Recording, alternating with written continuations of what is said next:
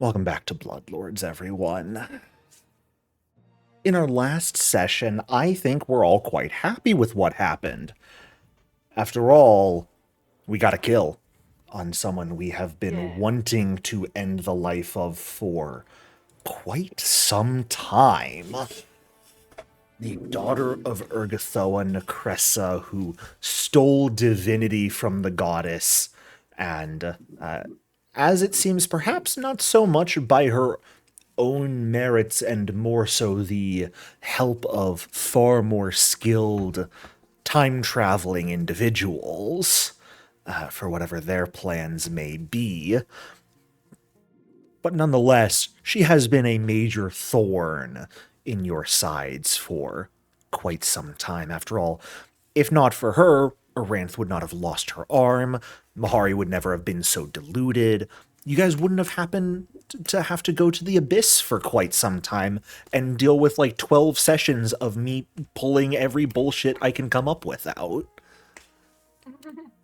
And that's the real reason she had to die. Yep. Not to mention, of course, the influence she had on the wedding. The actions she had taken there. You tracked her down deep into Abaddon to this place called the Calamity Palace. Found the revelation that apparently this place was built by Aranth sometime far in the future. Or at least Aranth from the future, who came back and sometime in the past built this place as a home or base of some sort and allowed Necressa to use it such that she would remain in one spot for extended periods of time, perhaps being the reason you all had an opportunity to track her down here, steal her divinity through the divinity leech, and end her unlife. After she fell, the discussion you guys had kind of previously had, more so mentioned by Mahari, but you guys kind of left it on the back burner to use the divinity leech and sever his connection to Zon Kuthon, that divinity that had been granted to him, and give him that sort of freedom from the divine. Aranth, unbeknownst to the rest of you, under the effect of a mental manipulation spell, immediately reactivated the divinity leech and drew the divine power out of Mahari, leaving just the tiniest fragment within him still. Not anything that was any sort of connection to the divine, but just sort of a mote of divine power that will, given time, assimilate with Mahari himself and perhaps grant him greater strength. As the magic wore off, though, Aranth went and handed the divinity leech to someone else, someone who had been invisible in the corner throughout your entire fight with Necressa. You guys, luckily, randomly perhaps, just barely avoiding crashing into them. Amira, with your skill and sense, though, managing to pierce through the veil of illusion and invisibility and see the figure that took the leech was none other than Aranth herself, who seemed to open a gate to somewhere else and step through it with the divinity leech in hand, promising only as she did so that she would return it to Abraxas on your behalf. Amira getting off a pointed question, thinking to do that rapidly, but unfortunately not necessarily thinking through the question in the heat of the moment and asking them who they are, which was a very simple question to answer. After all, they are Aranth. But that is where we are picking back up. We are picking back up immediately after Aranth has handed off the Divinity Leech, and this other Aranth has stepped through a gate and vanished. Mahari, still unconscious on the ground, sort of cradled, I believe, in Kashmir's arms as his mind is unraveling the modifications to his memory that have happened. But the rest of you stand around with, now, I suppose, many thoughts as to what's going on.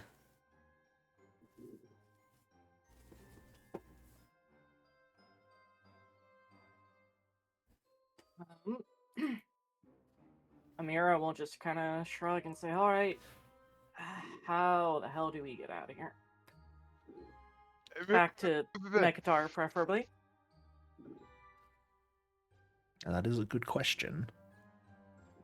Give me a recall knowledge, Amira, if you'd like. I know Nyx isn't here, but Amira's gonna say, "Aranth, I wish that your future self clone lady would at least have given us the courtesy of like teleporting us back to the material plane." But... What's really funny is I had originally planned her to. But because of your pointed question, I panicked slightly. And she just dipped. As you think about it, Amira, there's a couple things.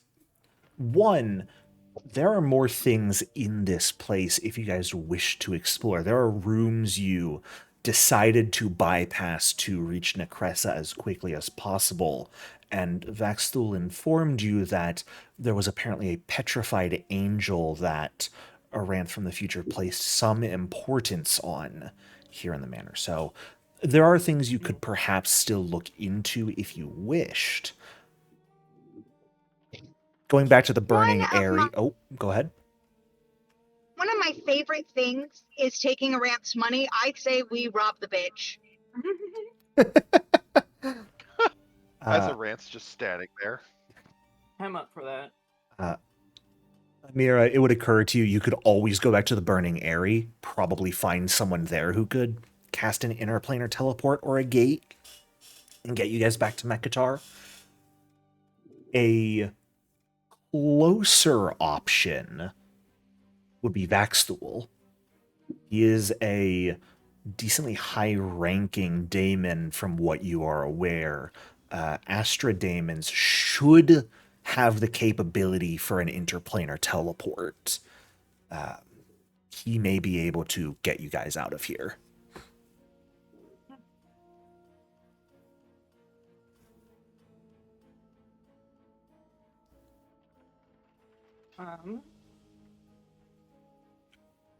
Yeah, I mean, I'm up for, taking a rest, healing up, and then exploring the rest of this place, seeing what we can take back with us. And then for reference, it's about 10 in the morning still, by the way. You guys got here quick and zoomed through the place. Eyes on the prize. Mahari, you are currently unconscious, going through a lot. I'm going to ask you to give me a will save here, please. Okay. We will say your DC for this will be 35. Can I aid? No. Am I still He's sick in the lab. Jericho? You are, Mahari. Okay. What if I sing him a song? That won't help. It could soothe and comfort him.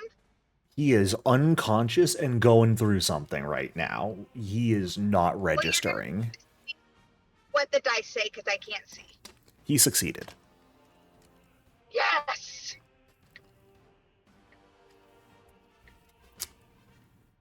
Mahari, with a success there, you have the option. I believe we discussed this sort of after session ended last time, but I'm going to give you the option again.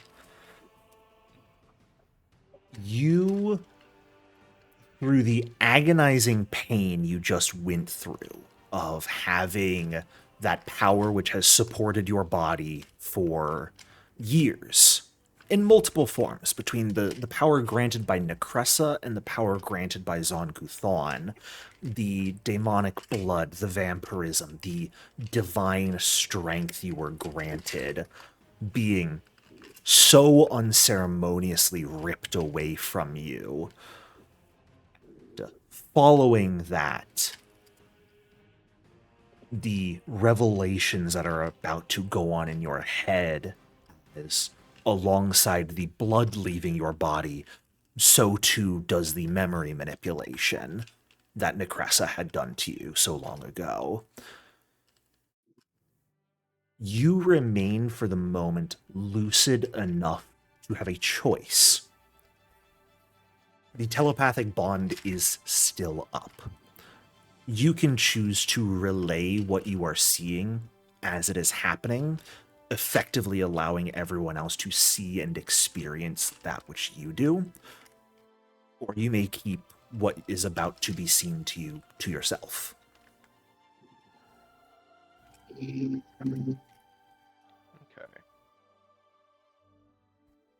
Kashmi is the source of the telepathic bond, right? She It's is. her spell. Mahari, in his lucid enough state, would try to cling to that which is familiar, and the closest thing being Kashmi.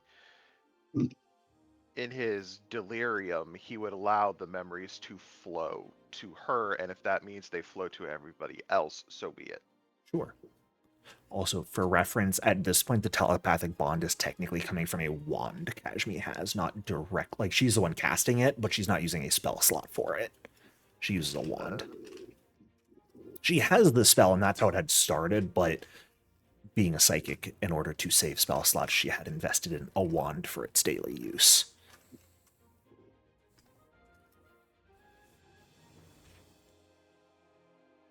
Does that change your Is she thought? still the focal point? Is Yeah, she she's still still the one focal point, casting though? it.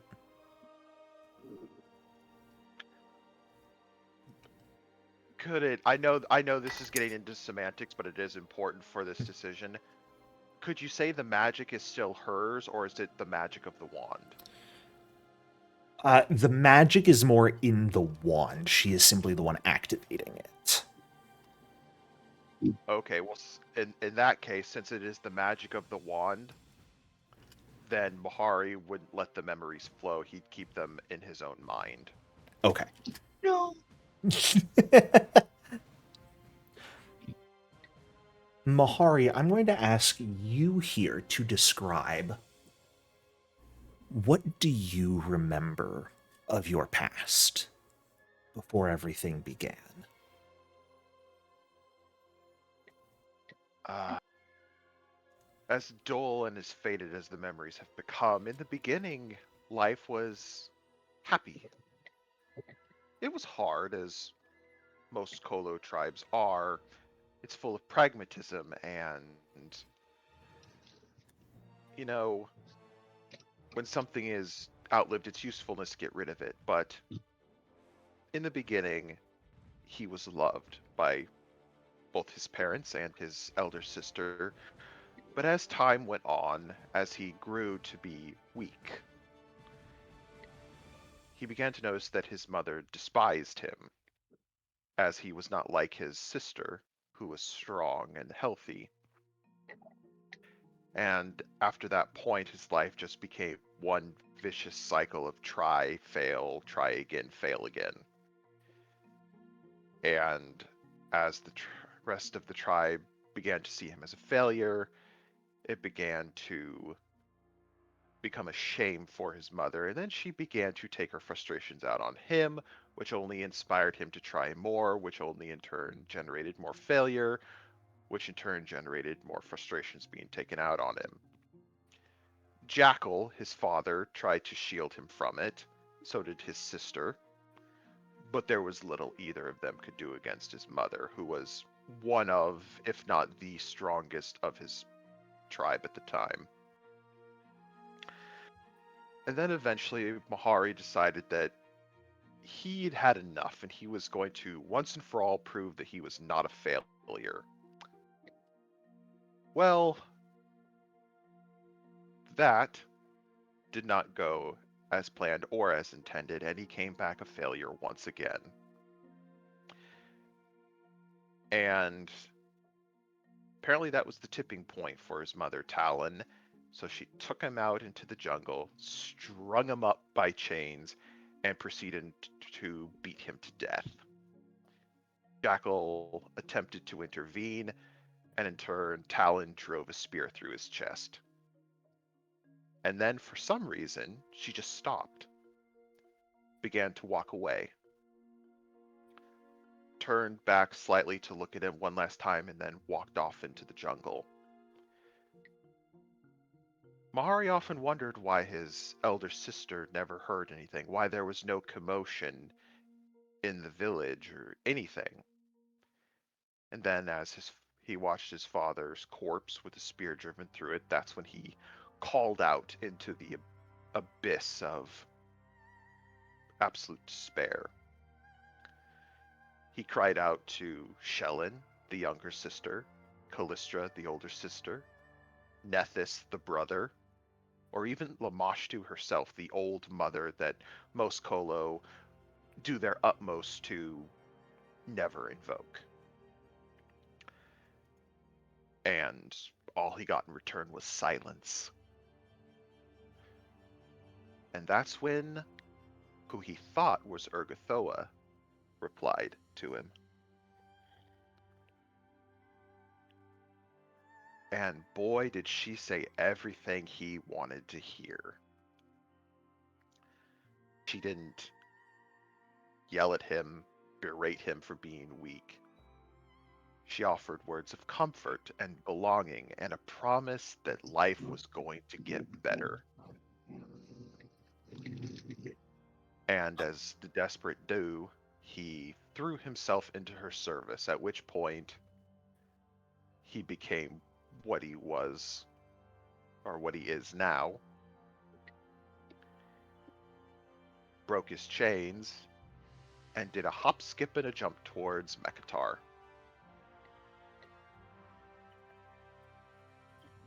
Well, Mahari, I have to say, that all sounds just a tad bit convenient, doesn't it? In hindsight, yeah, it does. Amazing. Mahari, as those thoughts whirl unbidden to the surface, your history before meeting your current pack, everything you went through, cracks begin to form at the edges of the memories. They begin to fade. And you find yourself questioning why is it so clean? That story is textbook for indoctrination, you could say. You've seen enough of it in Mekatar throughout Geb and your hundreds of years of life at this point. You've become older. You've become wiser. You know a lot more about magic than you used to. You are well aware that the magic to manipulate the memories of someone is quite possible for those with power. And for someone masquerading as a god, well, there might not be much easier than that. Alongside, of course, the more recent revelations that you yourself, masquerading as Jackal, are apparently the one to blame for all of this. Or at least you have some involvement in it. Cracks grow deeper. Fissures start to form. Bits, pieces fall away, and the truth gradually begins to piece itself together. A lot of what happened is not wholly inaccurate to your memories. Exacerbated, changed. You remember conversations now with Grass that you haven't remembered for centuries, as she warned you about what was going on, what Talon had learned, what she had figured out, what the situation was, and that no matter what happened, you were loved, even if it never seemed like it. You were weak. The runt of the pack, almost. It's amazing what you've become now, if only they could see you at this point. How you've grown strong.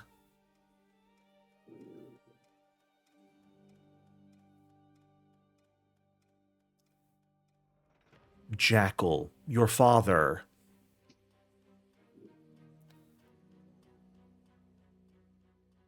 well, as your sister put it, he had consorted with strangers.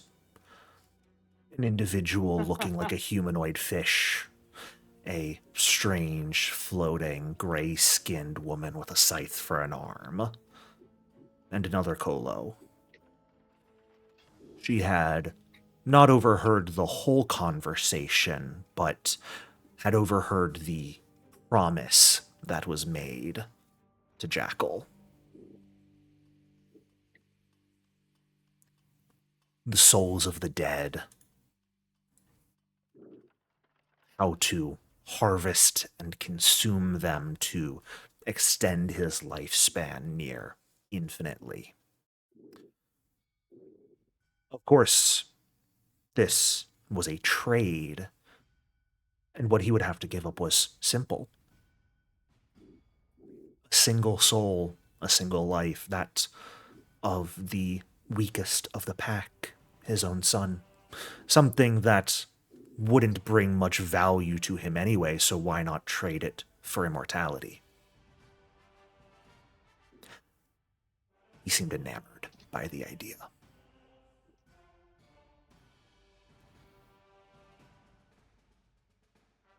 Grass told your mother, told you in less certain terms to keep you from lashing out and trying something stupid.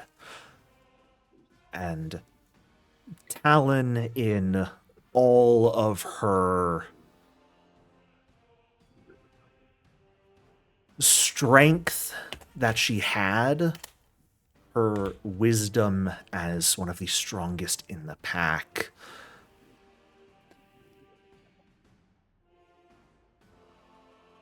she did not look upon you the most favorably, that is for certain. Strength is to be respected, and your lack of it was a stain she viewed on occasion on her honor and ability. But at the end of the day, she was your mother. She didn't carry a lot of love for you, but she did carry some. The thought that her mate would sell your life for something so untrustworthy, that was not something she could stand. But in the laws of the pack, in the eyes of the tribe, murder cannot be committed so easily, and there was no proof of Jackal's plans, what deals he had made, any scrutiny he might be put under, he would easily lie his way out of. After all, he'd always had a way with words. So she waited. The disdain grew. She pushed you harder and harder to come to your true potential, simultaneously hoping you would prove yourself, but also fail spectacularly to give her an opportunity. Fail you did.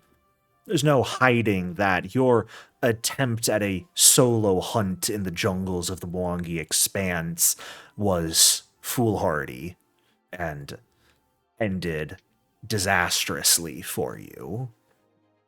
And upon your return, your mother did exactly as you remembered. Took you into the woods, strung you up, beat you to an inch of your life. Because Jackal's deal required you to still be alive, to have your soul and life traded away. So he had to intervene. He had to try and stop her, not out of any love for you, out of his own interest. And she used that opportunity to be done with him. Left to go explain to the elders of the tribe what had happened, what the situation was, prove her innocence, so to speak. That was the last you ever saw of her. Because before she could come back, the one you believe you called out to and responded approached you first. Began to make changes, cast spells that you didn't understand, and give you an offer. Twisting your memories, erasing the secrets you had been told by Grass to keep you aware that everything was for the best, even if Talon might be beating you and destroying your confidence. She was doing so to save your life. All of those conversations, all of that, gone, hidden away deep within the confines of a coffin of magic, hiding itself away. Of course, as Jackal's corpse was laying there in front of you, who else but another Kolo to step forward, consume it, and shift their appearance ever so slightly to take on a more viable countenance in line with it.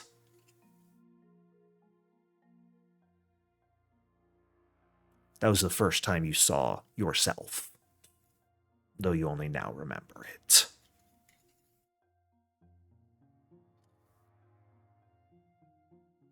And from there, freed from your chains, granted new power and exacerbated thoughts, you left. And what actually happened to your tribe, you are now not actually certain.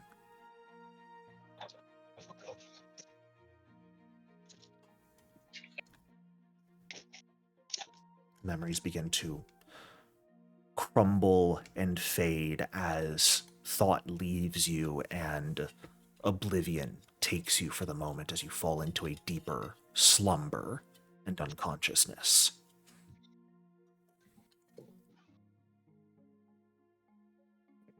The rest of you, as Mahari is going through this, what would you like to do? You still sit in this dining chamber above Necressa and the Van Veer's corpses. Many of you are decently injured. Can I roll a perception check? What are you trying to find? I want to know if I feel that he's clammy and if I feel his heartbeat. Oh, Since you he's feel in that black. with ease. There's no need for a perception check. You can see his chest rising and falling as he breathes steadily. Putting a hand on his chest, you can feel a heartbeat. Mahari is very much alive right now. Looking slimmer, a bit shorter, less bulky, without a tail anymore, as that has seem to have, alongside the demonic blood, discorporated from his form. Is he still bleeding actively? Many of the wounds have begun to slow their bleeding, but he is still heavily injured. Is there anything that Look at Sumi Amira. can do to kind of help him stabilize? Yeah, if you'd like to treat wounds on him, you certainly may. I think Go ahead, Sumi would Kashmi. do that. Fine.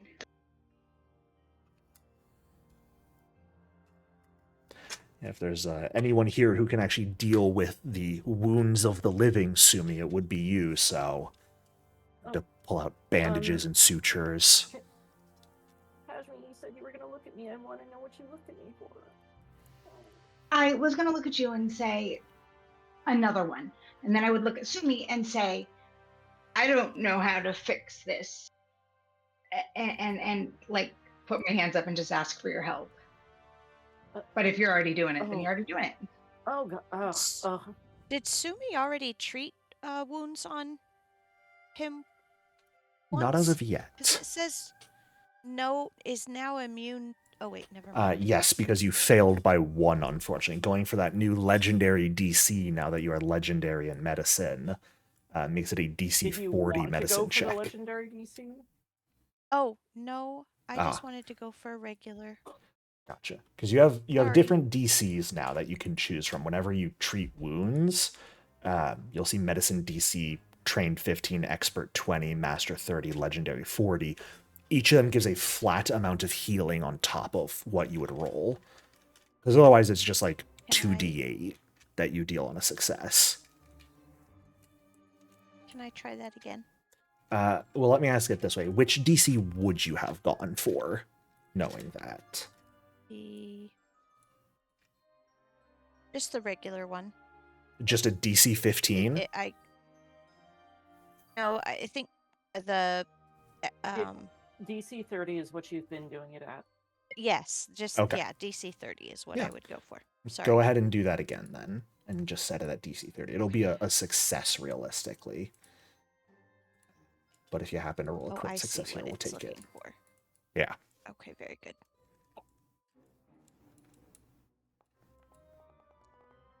Yeah, we'll take the crit. That's fine. Because that's 4d8 is from a crit success on the base, and then because you did it at DC 30, it gets plus 30 to the healing roll. If you did it DC 40, you'd get a plus 50 to the healing done. Okay, Does got that it. lower my wounded condition? It is when you Successful successfully gets treat rid of wounds, it wounded. does. Does it get rid of it entirely or just lower it? It gets rid of the entirety. Thank you. Am I still sickened, Jericho? Yeah, you're unconscious. There's no getting rid of that second for a minute. Uh-oh. Oh, crap, we lost Kim. Kim's probably getting home. She's- Welcome back. Yes, because I believe the sickened Mahari is coming from the Divinity Leech doing a number on you.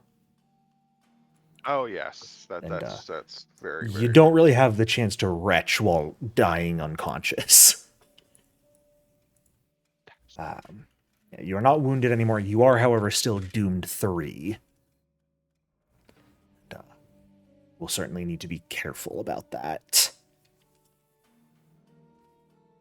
But, Kashmi, you look at Amira, not quite sure what to do as Sumi begins stitching up some of Mahari's wounds. Kashmi, can you beat me up to heal me up, at least, and Aranth? No. Oh. Okay. Like, She no is- offense, but I'm not gonna dump Mahari out of my lap to beat you. If you want to come over here and Yeah. sit next to me, I'll elbow you real hard. I will say notably, Kashmi, you do kind of have to be corporeal to hold on to Mahari, and you'd have to be incorporeal to heal someone by beating them. Oh. So, Okay, fine. I'll give myself back the injury. But that's okay. Well, while Sumi is doing that, I want to look around the. Oh, sorry. Go ahead, Kim. Well, it's not above Kashmir to be sitting there with him literally on the floor in her lap. If she is incorporeal, do you remember what I was? I'd say right Or- now you're probably corporeal since you were like feeling for a pulse, but it takes a minute for Oh, you to okay. go incorporeal. So it's not like an extensive thing to do. Okay. You could do that, let his head There's- fall to the floor, and start beating people. Don't. Sumi is also able to use stitch flesh to Mhm. treat wounds on undead creatures. I think it seems how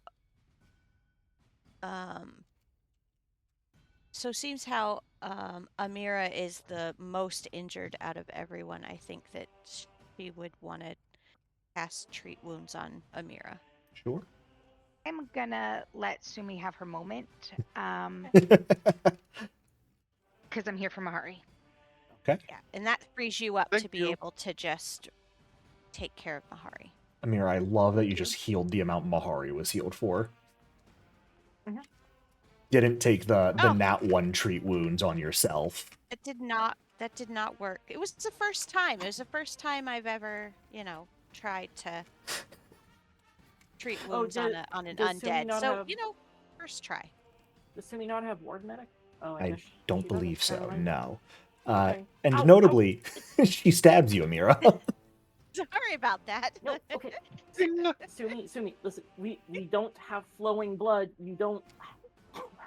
Okay. Suture's not necessary.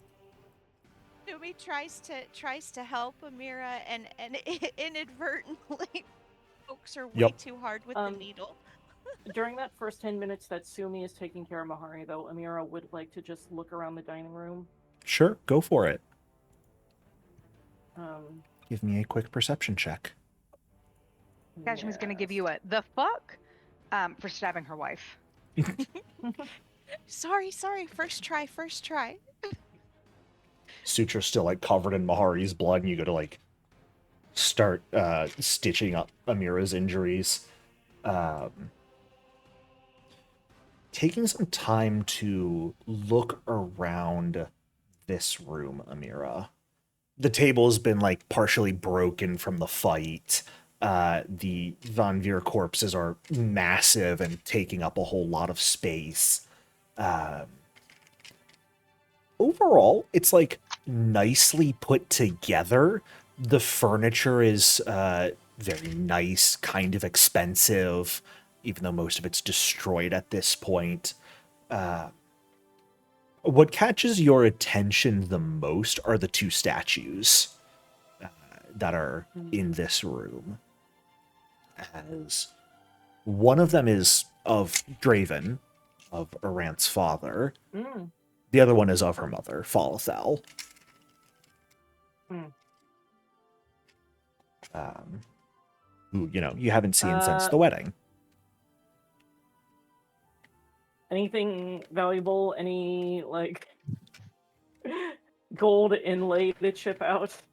Unfortunately, no. These are made out of just okay. pure stone. Damn. Arantha knew what we would do. Arantha made this house potentially with the express intent of you guys coming here and killing Necressa at some point. She was not going to waste her money on the a fucking spiteful statues bitch. that you guys might break just for extra gold. She's not going to Fair let you enough. deface statues of her parents. Fair enough.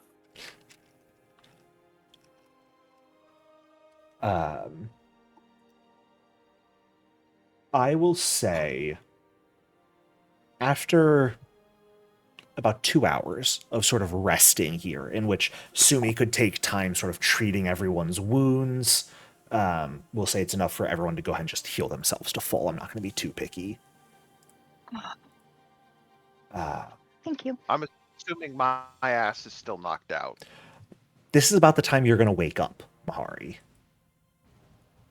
So feel free Okay, to so- heal yourself to full, and eventually your eyes start to blink, that oblivion fades, and a bit of that sort of red, greenish light that's so prevalent out in Abaddon makes its way through the windows and illuminates the space in front of you.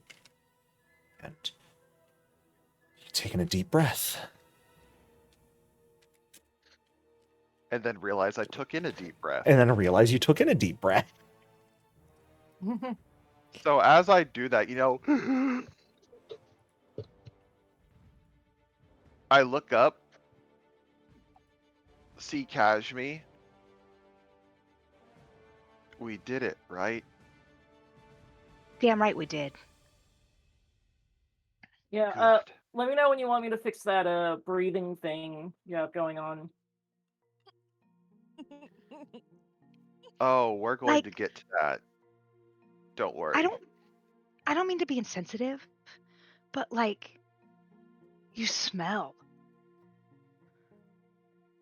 Yes, Kashmi. Generally, living Kolo, we tend to have scent.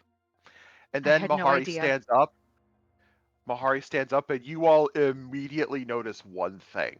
He is 1.5 feet shorter than he should be. Oh my god. Mole Mahari. Hey, short king! Short king! Well, he's instead of being 7'5", he's now 6'1". That's roughly how tall he should have been as a Kolo. He's average sized. Yeah, he's perfectly shrunk. average. So, he like cracks his neck a couple times. Gets used to it. And then he kind of, have you ever seen somebody's face go kind of wrong when they feel something funny in their body? Yeah.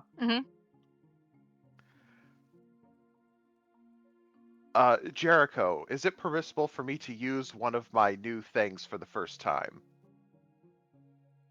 Do you think Mahari would be using this intentionally or unintentionally? Because I don't think Mahari really fully even has an inkling of what has truly changed about him. I was picturing this as instinctive, Then go for it. but if I just okay, so he sees Necres's corpse. And he feels this like a pit in his stomach, and he walks over to her corpse, and she's still kneeling there with her horn, with her scythe driven through her mouth. And he's like, y'all might want to stand back. I don't know how this is gonna go. Yeah, sure. Amira runs away. Classic Amira. And before anything else can happen, he goes up and breaks off one of her horns, and then he just pukes liquid fire out onto her corpse. Kashmi, That's who new. went with you, jumps back and like kind of looks at Amira, super panicked. Amira just shrugs. I don't know. A bit of instinctive retching, Mahari, as you break the horn off and look at it. Just not a strange feeling, some maybe gland. You've ingested a lot of strange things when you were a daemon vampire. Things that don't necessarily digest when you're undead because your digestive organs don't work. And now that you're alive again, some of those organs that have started back up are going, what the fuck? They gotta At get this things out. revelation, Kashmi is gonna spin around and start like decking Sumi. This has What? the fire. wasn't- This has to be it- her fault. I it don't know how, but it wasn't has to be her me. fucking fault. Which this will get rid of your sickened condition, Mahari, as you vomit out some fire and the kneeling corpse of Necressa begins to wither and melt. Anyone ever seen Who Framed Roger Rabbit? Yeah. Yeah. Yeah. Exactly what I was thinking about. It's that scene.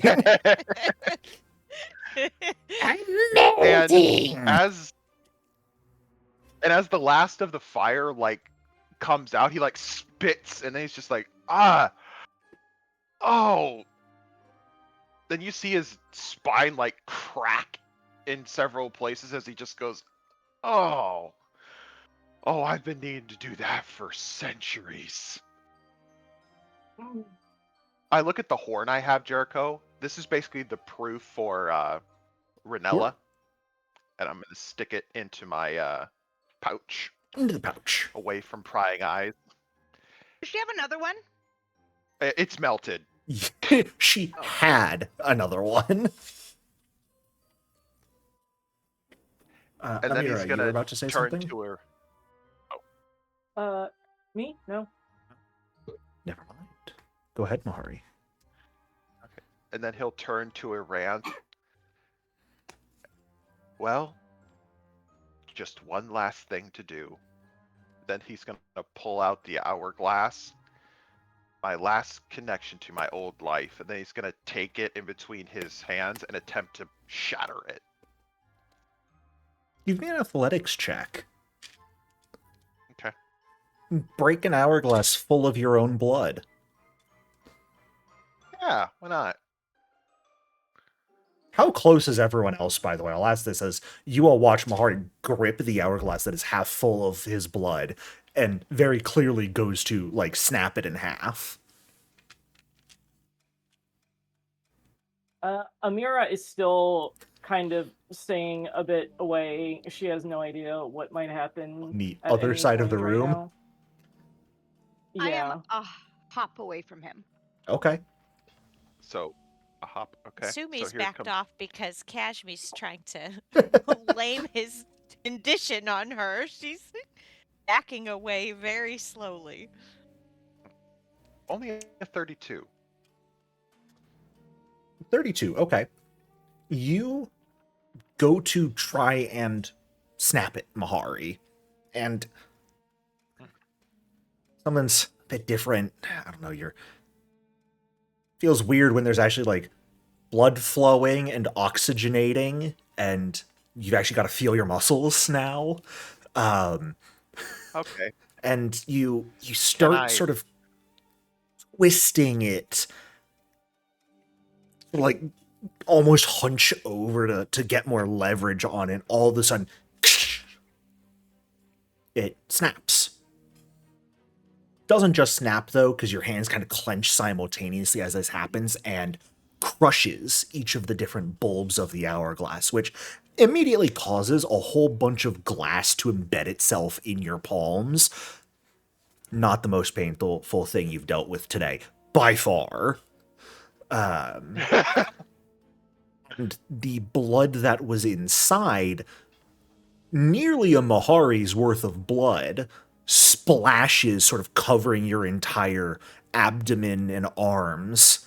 You sort of like flinch backwards, now kind of covered in blood.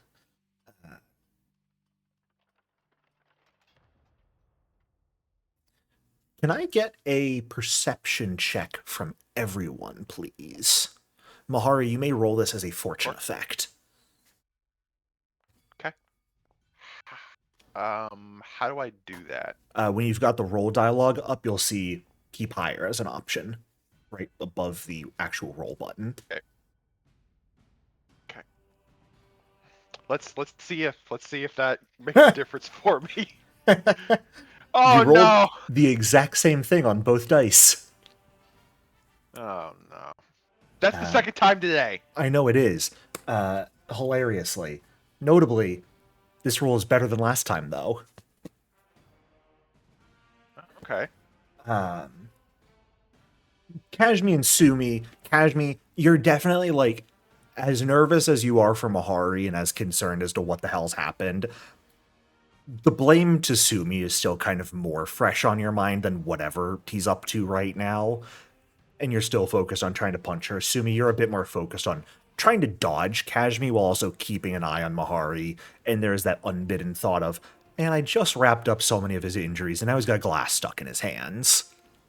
That's more work. Yeah. That tracks. Yep. Mahari, you notice a pair of things at this point in time. You didn't necessarily process it because, you wake up, you got memories to process, the fact that you're breathing and alive and puking fire on Necressa. Your weapon is gone. What?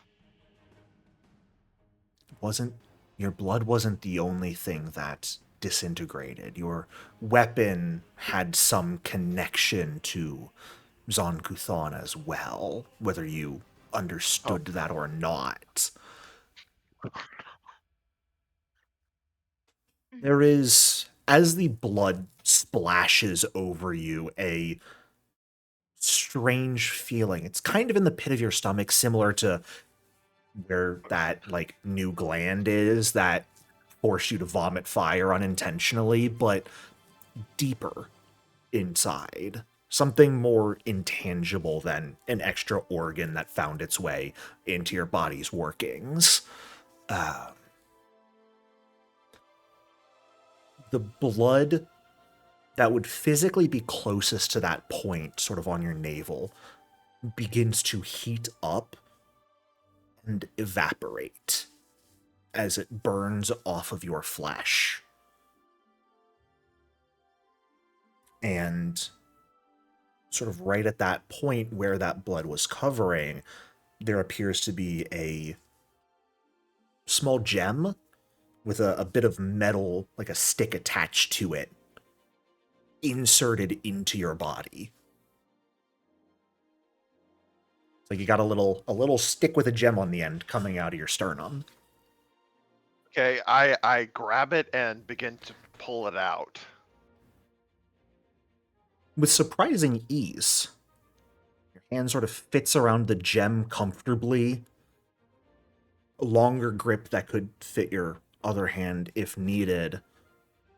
Crossguard.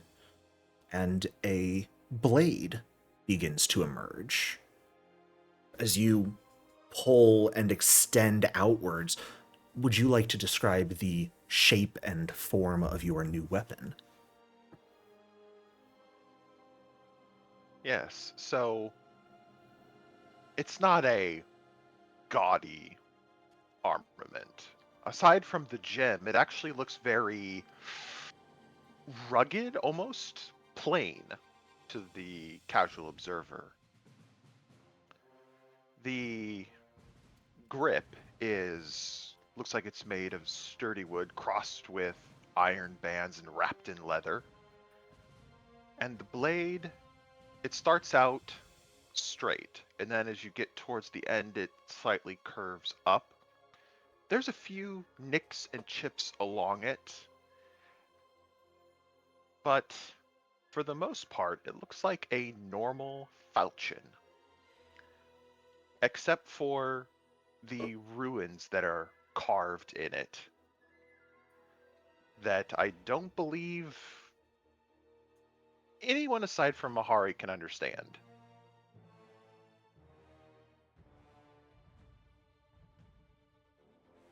Oh, you good, Jericho? Yeah. Your camera was kind of freezing for a minute. No, I I stepped saw away you for do half this, a second. and then it stopped. Yeah, it's because I left and came back on. Okay. The rest of you just watched Mahari pull a sword out of his stomach. As if this wasn't weird enough already. Can I retch? Kashmi, you give up on punching Sumi to retch. Yeah. I told you it wasn't me. I told you. I'm gonna retch in real life. Damn. No dying. No, I'll die off camera. Okay, good. As you should. but you are now, all of you, awake, alive, or not, depending on your situation, and your injuries, at the very least, stabilized, dealt with. Unfortunately, normally, someone is supposed to go from alive to undead. Mahari has, of course, miraculously kicked nuance to the curb yet again and done the opposite and gone from undead to alive. What a bastard. Truly. So Mahari, after he puked up fire, pulled a sword out of his own stomach. He's gonna go walk over to Kashmi. Hey, Kashmi, Yeah. how you feeling? Well. And then she's gonna make a hand gesture of like all of this at you, just all of it, and she's gonna have one of those slightly disgusted, like when you broke curfew for the 400th time, your dad's just like, what the fuck, dude, like, but he still loves you. And she'll just gesture at you and she'll say, yep, that's what she'll say. I understand that seeing me as I was back in the Mwangi is probably shocking to all of you, but yeah, I was originally this tall. Well, like I said, let me know when you want me to bite you. As soon as possible, because I don't like being alive anymore. Let's probably wait until we get out of here first, but then yeah. Yeah. Oh, by the way, Amira, how exactly do normal vampires like yourself turn other people into vampires, aside from biting them? Okay, so I have my own lore here. I don't know the exact Pathfinder lore, but my lore is the vampire drains the potential vampire completely dry of blood, and then feeds the potential vampire a significant amount of their own blood, so that the person's blood is replaced entirely by vampiric blood. That is my personal vampire lore. I don't know if you have personal vampire lore, Jericho. That's generally a solid version. I'd probably say that, like, whether the person needs to be fully drained of blood is up for debate in Geb, and there's probably some people in Mekatar that argue about, like, the purity of the blood Yeah. of, like, how much you were actually drained and gained before your undeath. Exactly. Like, there's been some societal issues built around that. But when the tax collectors put so much emphasis on wealth, that's like a lower priority in the hierarchy. Fair. But truly the simplest way is a vampire exsanguinating you. You would then potentially rise as a vampire yourself.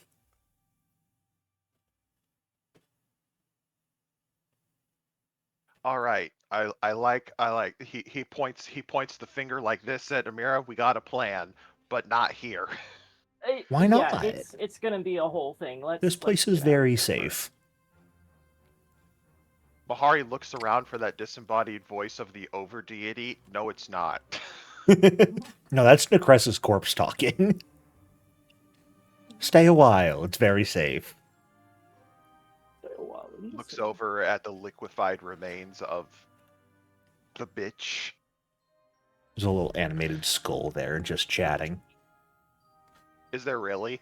No, I'm just being a shitter. Oh, okay. So, I was gonna say.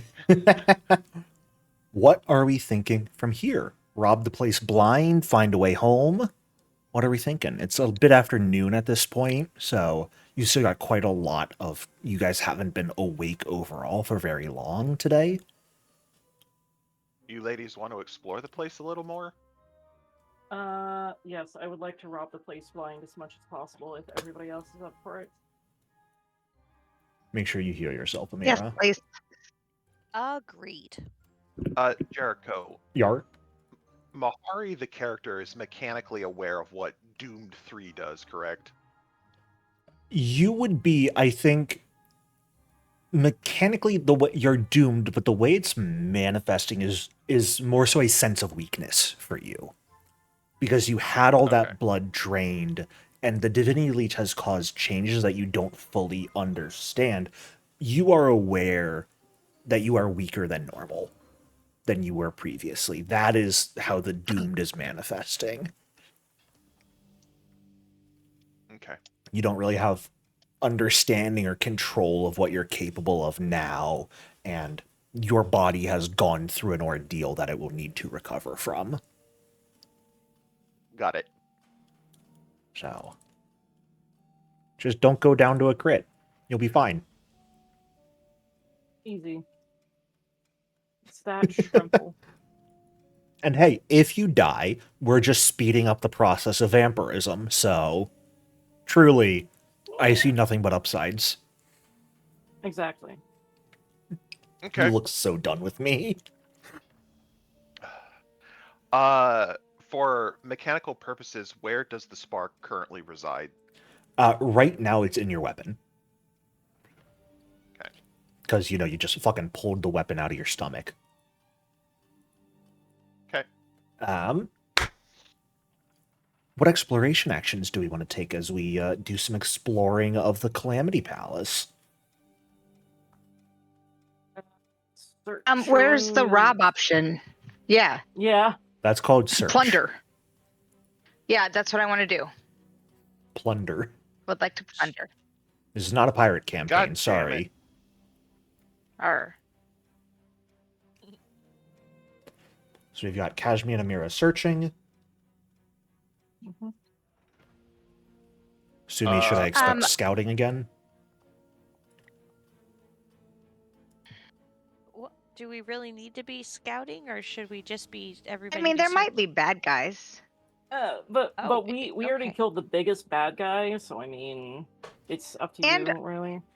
We have a ramp, and she owns this place, so I feel like we could just rob it. Yeah, exactly. We Yeah. do the robbies. Jericho, could I use follow the expert to follow in Amira's example? Certainly. Ooh, I like that.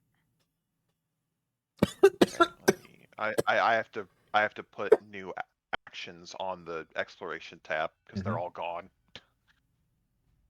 Amira, I'm going to say you don't get pursue a lead on this. Because your mystery was dealing with Necressa, and now that Necressa's dead, that mystery's kind of solved. Can't I change my mystery? You could. What are you changing it to? What mystery Where's are the you trying to fucking solve? cash? Where's Where's the the money, fucking cash? Lebowski? Getting real loose with what we allow as a mystery. Where's Okay, the money, Lebowski? If you don't want me to, No, I'm use just being an where's ass. the money? Okay. I feel Where's like the Where's the money? Money is fair because she knows a ramp.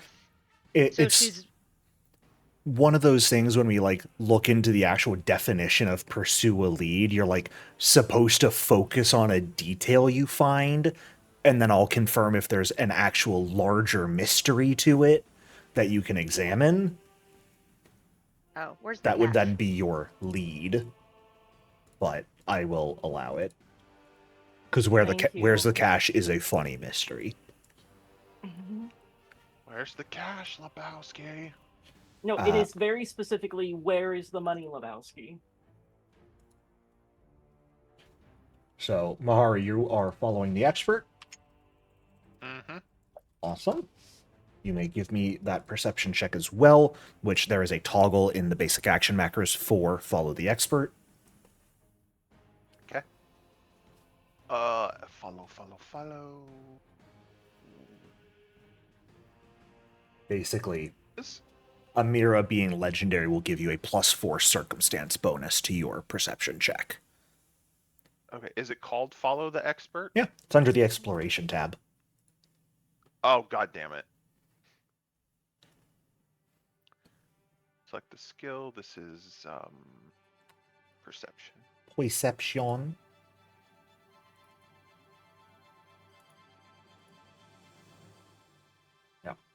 What role do you need out of Sumi? What are you trying to do?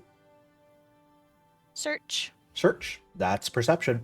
Are you following the expert of Amira, or are you doing your own searching? I'll follow. I'll Sure. follow the Jericho, expert. for when I hit the select a skill, it does not give me perception. It goes performance, religion, society, stealth, so on and so forth.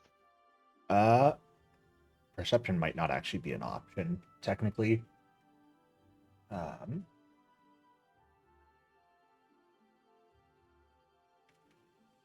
That's fine. Just add a +4 to your roll. Okay. Perception, blind GM.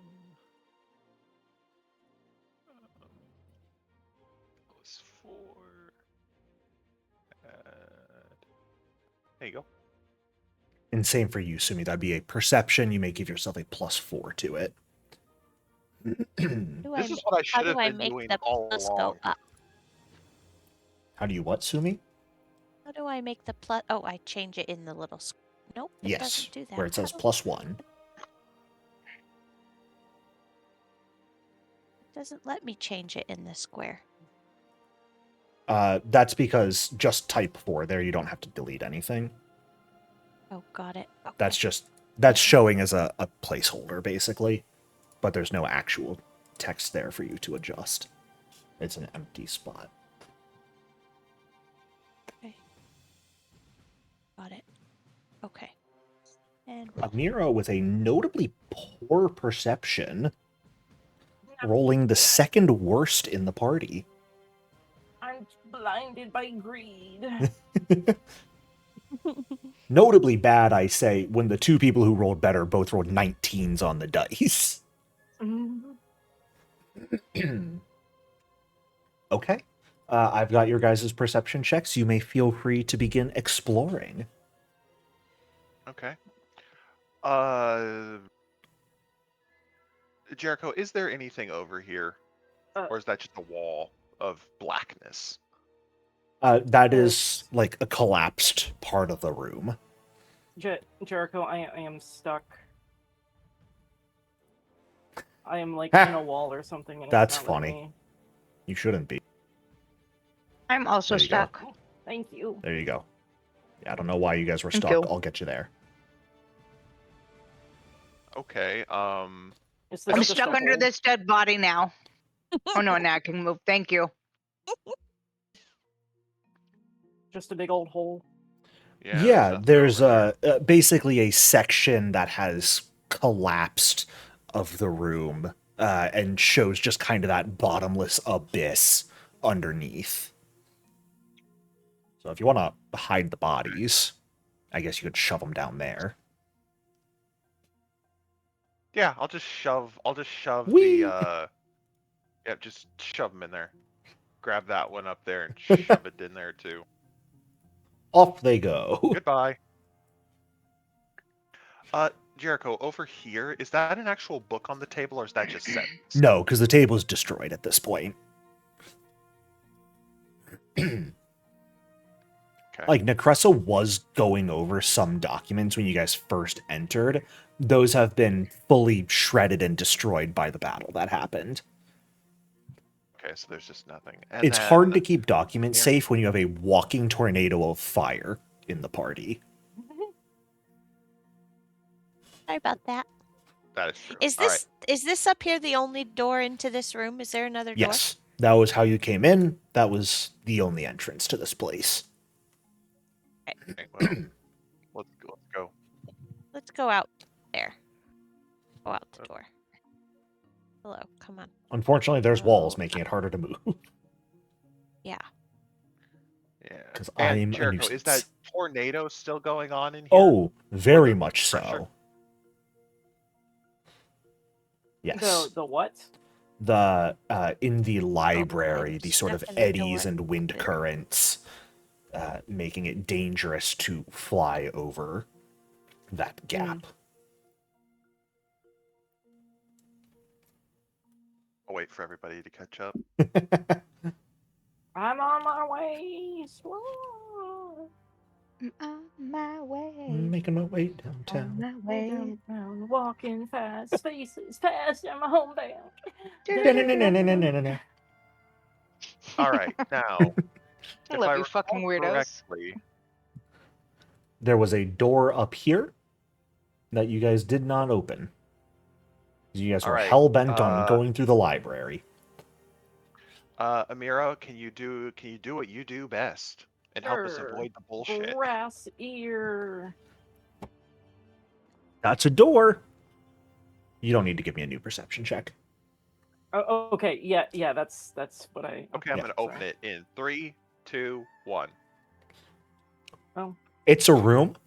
You see a sort of nice, older style carpet that's been a bit torn up, thrown about, and at the end of the room, just a large chair. Little, like, end table next to it. It doesn't look like it has anything on it. It's just a nice big chair. Does the end table have a drawer? Yes.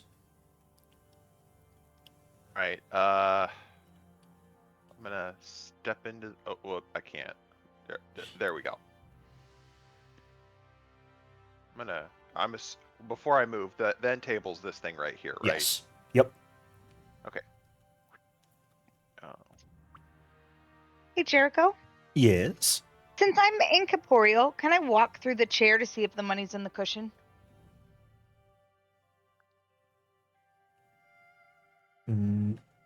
No. You can be a sane person and just lift the cushion. But that's boring. Kashmi's gonna walk through the chair like at least 3 times, trying to see if she can feel the money in the pillow. You don't feel any money in the pillow. I'm gonna get Jericho. frustrated and check the pillow. Kashmi, I will say, there is something you felt in the pillow. Wasn't money. Ooh, what is it? Can I have it? Mahari, what were you saying? Is it gross? I attempt to open the drawer on the on the dresser. You open it pretty easily. There's a piece of paper inside, folded. I take the piece of paper, unfold it. Cool. We'll get to that in a moment. Kashmi, you said you're trying to get what's in the cushion out. Well, does it feel gross? You don't. if The it issue, feels Kashmi, gross, is I'm you not don't gonna really put my hands in it. feel anything when you're incorporeal.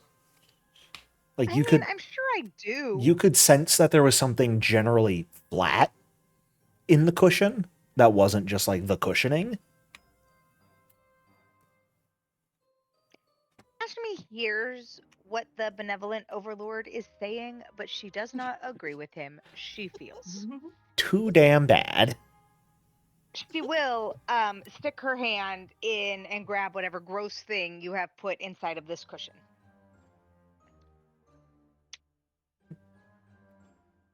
You're incorporeal. You can't really grab things in something and pull them out. That's not how that works. I'm gonna look at Amira like, Yeah. help a girl out. Like, Bait. Yes, I'm coming. Okay, come on. Let's. like, what are you even here for? Yes, babe. Yes, darling. Damn.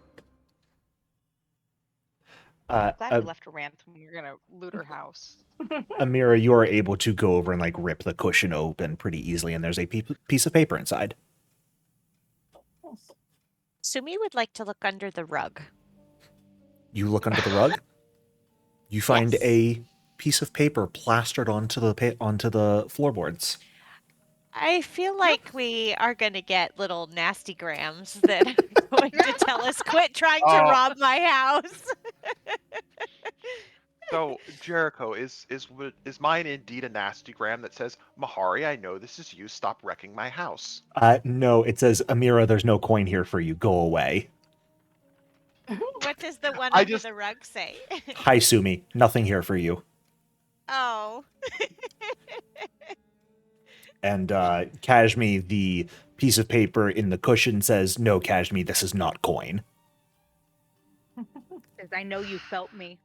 Oh, this is such an Arant thing to do. It is. We need to keep 100%. these. These are now artifacts for us. I'm putting this in the party stash. I'll be honest, from like an above table perspective, I had no clue what to do with this room. I was like, I've got a room with a rug, a chair, and a table in it. What do I do with this? And I was like, notes for the party of just there's no treasure here would be hysterical. Amira, That's awesome. you walk down into this area, an area you guys didn't really touch earlier because you're focused on the library and Necressa. I'm over They- here, guys. Amira went around everyone. Yeah, sorry. First, you see the staircase leading down to the west, and this appears to be a nice sort of sitting area. Couple like benches and chairs that are honestly at this point kind of run down. Some of the furniture has been partially destroyed at this point. Rug on the ground is kind of torn up. And of course, Really let herself another go. door. Sumi walks up to the door and opens Breath it. here. Oh. You open the door into what appears to be a bedroom of sorts. There is a bed off in the corner and sort of a table here with a nice chair. And it does appear to have a stack of documents on the table. Sumi goes up to the table and starts looking through the documents on the table. Start looking through the documents, and it's expense reports, it appears, mostly. Like furniture prices and like people who are contracted for masonry and building and enchanting of a large structure. You see that like the permanent randomized teleportation spells were by far the most costly in the hundreds of thousands of gold. It generally looks like a cost breakdown of probably what this whole place cost to build. And it's Sumi's, well over a few million gold. So like Sumi's gonna 100,000 look up platinum. from this. Yeah, and say, look at the party and say, I don't think she's got anything stashed here. She spent a lot on this place. Sumi, are there any or drawers sorry, in the Kashmir, are desk? you just like walking back and forth through the bed? Yeah, I'm feeling it. Cool. You find something under the pillow. Yes. It's another note. Nope. It's a stick. It's a very Excellent. plain, about 1.5 foot long stick with like writing on one side, what appears to be arcane runes, maybe. It's a Amira. stick. Amira, come get my stick. Come get my stick. Oh, okay. Oh, is this some kind of euphemism? Aranth has left me a stick in her bed. There is no other kind of ism. I don't know if. You know what? Whatever. That's fine. No one think too deeply into that. Can we read the Jericho, runes on the Are side? there any? You can attempt to identify those runes. It'll take a couple minutes. Mahari? Are there any drawers in the desk? There are. There's I'm 2 gonna on each attempt side. I'm going to attempt to open the top left drawer. Top left drawer, empty. Okay, I'm Sumi's just going to gonna- go through all 4 of them. Open all 4, and they are all, at this point, empty. Okay. Sumi's gonna peek under the rug. Floorboards. No notes telling No me to notes go here, away. no. That's just the other room. Is there anything on the walls? It's surprisingly bland. Or maybe not surprisingly, that feels very in line with Aranth's room. If Aranth has not left us any treasure, Kashmir's gonna be so mean to this Aranth. She left you a And I stick. would. Amira better get a stick. And Mahari too. Fuck you, Sumi. I mean, yeah, fuck you, Sumi. Where's my stick? Oh, Do you guys- I have a stick I mean, you are already. You are I have also a little stick. dog. Do you guys I have a stick. I'm good. do you guys wish to take some time to attempt to identify that stick now? Or do you want to keep looking around? It seems Sumi's going off on her own great adventure right now. No, Sumi, hold on. There's a stairs down over here, back where we were. Oh, are there? I Yeah. thought there was a bell back. I'm up for trying to identify the stick. Sure. You guys want to spend Stick. 10 minutes trying to identify the stick? There's also a bunch of scrolls you guys picked up. And like the purple feather that you guys picked up in the mausoleum outside that all could be attempted to identify if you want. I'll I should get rid of the attempt divinity to leech from the identify party the stash. purple. You don't have that anymore. Yeah, I was gonna say, we keeping that. Jericho, I'll attempt to identify the purple feather. Yeah, you wanna try and identify Jackal's cinders? Yeah. Certainly. Purple feather. Let's do What would everyone else like to Where identify are with, you? or attempt to identify with these 10 minutes? My stick. The stick. Go for it. Amira will go ahead and check out some of the scrolls in that case. As will Sumi. Sumi will check out some of the scrolls as well. Okay. I'll just do 1 and 2 that are in the stash for you two. And what am I rolling? Just recall knowledge. Oh, got it. Okay. This. Unfortunately, Jericho, Amira, if I will it's- let you know, Super Taster does not help with identifying a magic scroll.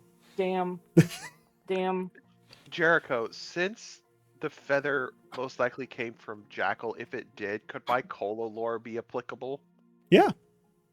It doesn't matter because you rolled awfully, but sure.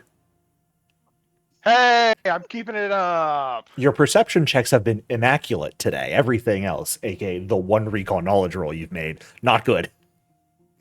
Hey, I'll take immaculate perception checks. Notably, Amira as well, you struggle to identify the enchantment on the scroll that you're looking over.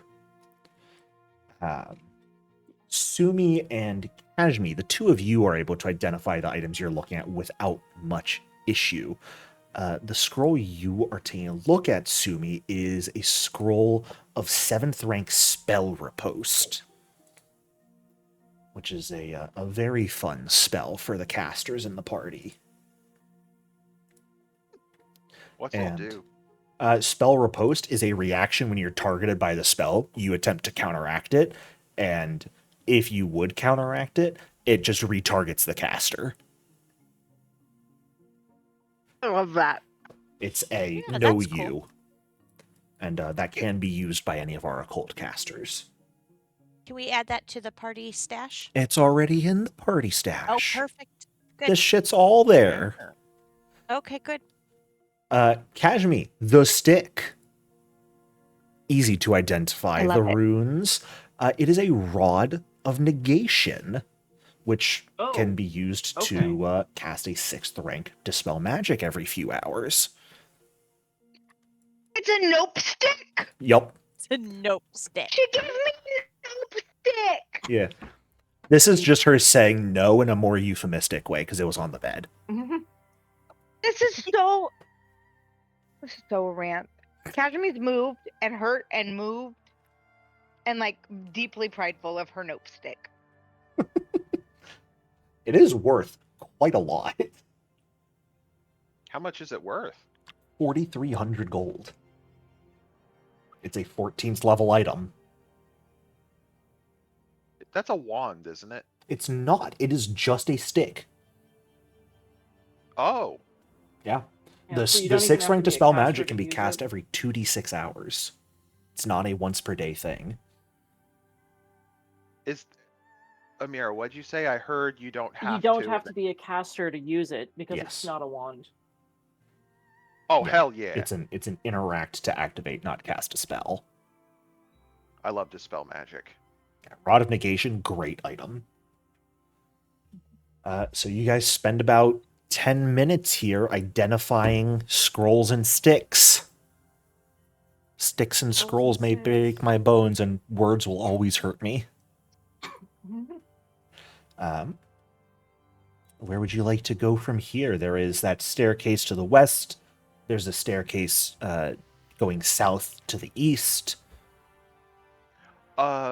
Vexthul said there was a petrified celestial in here. Did he mention where that was? To the west. Was really all he said. To the west. To the west, to the west. I found a Mira, door. you found a door. There's a couple things. You see the stairs sort of lead down to an outdoor area. You can see the sky, that perpetual maelstrom with a scar of darkness in it, signifying Abaddon. And there is a door that looks a mite bit more reinforced than the other doors you've seen in this place. I think this might be where the celestial is. I Well, think can you you may pick be it? right. And it's locked. It is indeed. It wouldn't be reinforced for no reason. And it'd be very silly to have a reinforced door you don't lock. Okay, well, let's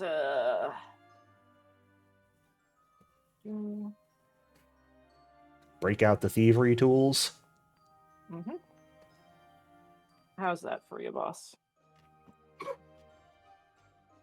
That's a pretty good pick a lock roll. Not gonna lie.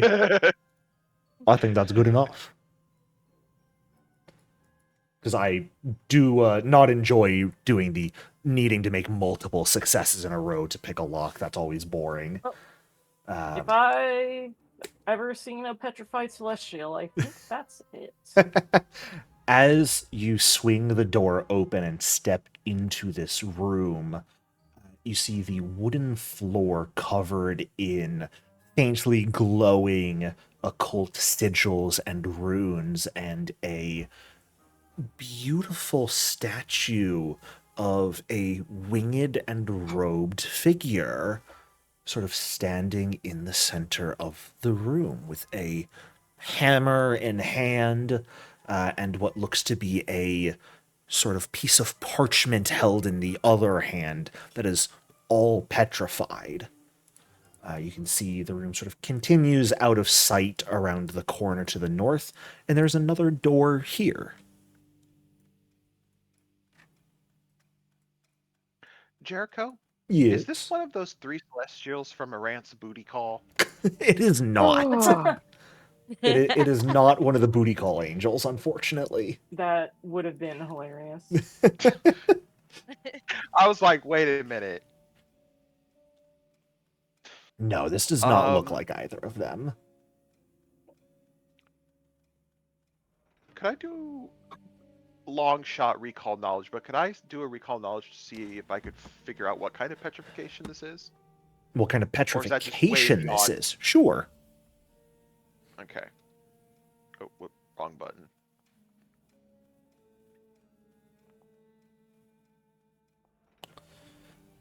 You are not the most aware when it comes to petrification magics, Mahari. You see that there is the magic circle on the ground that is very clearly active. And you see the statue of the angel. Like, for all intents and purposes, you would look at that and go, it's the circle that's causing it, right? That's, as best as you understand, that is the most likely case.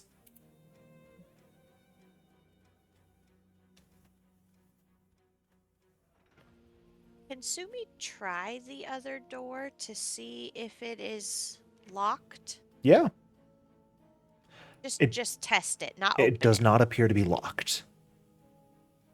This other door over here is unlocked, guys.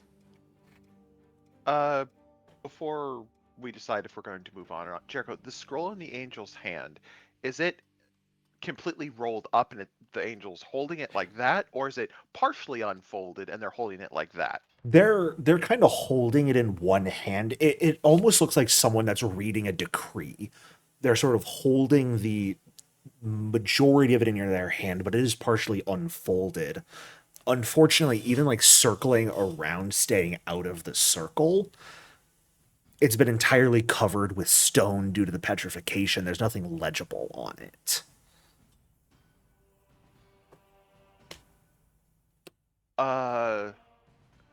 Okay. Do we want to try the other door before I suggest something I might be able to do about? Okay, we're closing the door. Yeah, Leave no, Cash me sorry, I didn't mean to outside. close the door. You walk around a mirror, you Kashmi, see come a on sort in. of long hallway. Kashmi, come on in. Amira went and opened the And door. the door was open. And we're paused. Okay, actually, no, I think Amira is chill enough that she probably would have just opened the door. Yeah. And I need everyone to roll initiative. Oh, no. I would have walked in I would have been behind them. I'm sorry. I will move you there. Will you put me? Thank you. Let's see what Jericho. My first initiative roll as the new Mahari. What is it? Come on, be good, be good. Hell yes! Natural 18, I think, is pretty solid.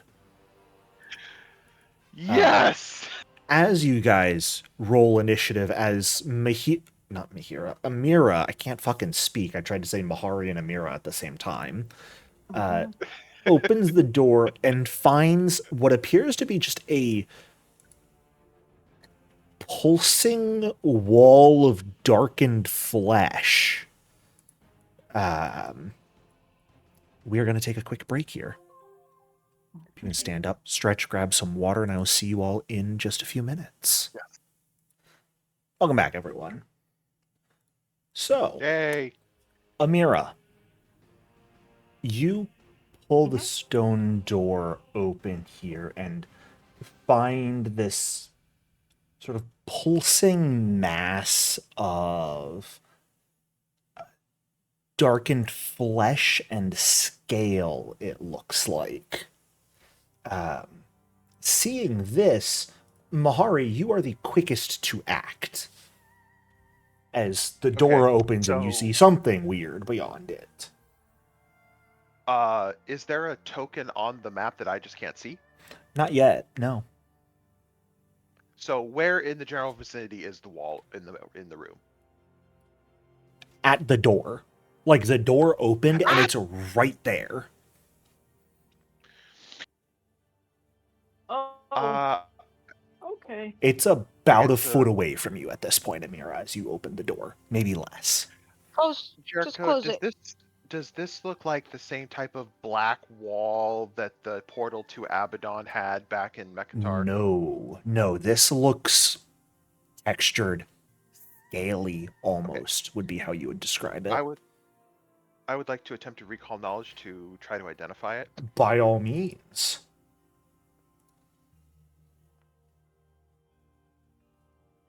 And my spark is still in my blade. Yep. You look at this, Mahari, and you are not sure exactly what it is you're looking at. You've come across a lot of creatures in your time. Maybe it's that you just still aren't working at full capacity. Maybe your knowledge is lacking when it comes to the rarer breed of creature that can be found in the stranger places of the cosmos. But you look at this and you go, I'm not sure what that is. Okay, then as my third action, I would like to prepare to aid Amira on her next skill check. Sounds good. It is its turn now. Okay. As the flesh is going to sort of burgeon and push outwards from the room. And Amira, you're sort of forced to step back as it extends and unwraps into fingers reaching out of this doorway. Snakes sort of past you, past Mahari, and grabs onto that petrified angel and smashes it into you two. As what appears to be a just massive scaled arm comes out of the door, picks up the statue and swings it at you. It's about that size, for reference. Was that a manipulate action? No. Damn it. Does it have an eyeball? Not that you see, but there probably is one in there. Okay, so that's what this thing looks like. Yeah. You can't actually see its entire form. You just kind of see the arm coming out, grabbing the statue, and beating you with it. Actually, this isn't interact. It is interacting to pick up the object. Well, then I would like to use my reactive strike on it. Certainly. It's a weird thing where you're kind of not next to it, necessarily, but it is sort of going over you to grab the statue, so it's definitely in range as it does so. Okay.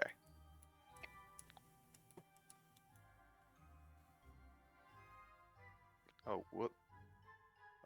Okay, I am targeting it. Good. Oh, 4. Shame. Not used to the new body, your muscles that need to actually breathe as you are fighting. It's things you haven't done in hundreds of years. You are shifting your muscle memory at the drop of a hat here, and your body isn't keeping up the way you want it to. You swing, and it just kind of skates off the scales. And it is going to grab the statue and whack you with it.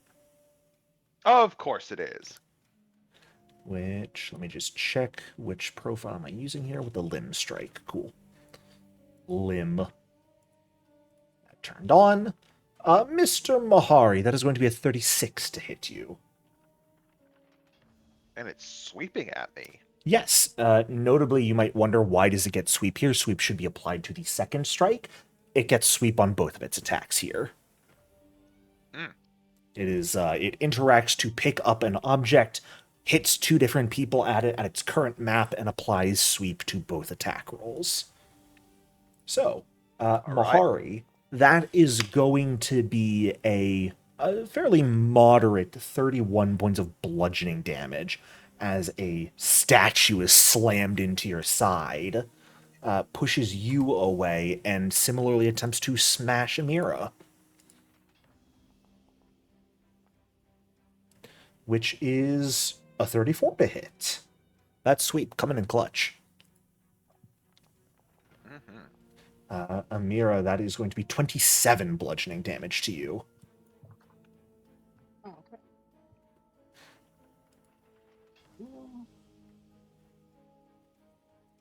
And then it is going to sort of leave the statue over here on the ground and retract its arm back into the room as its final action,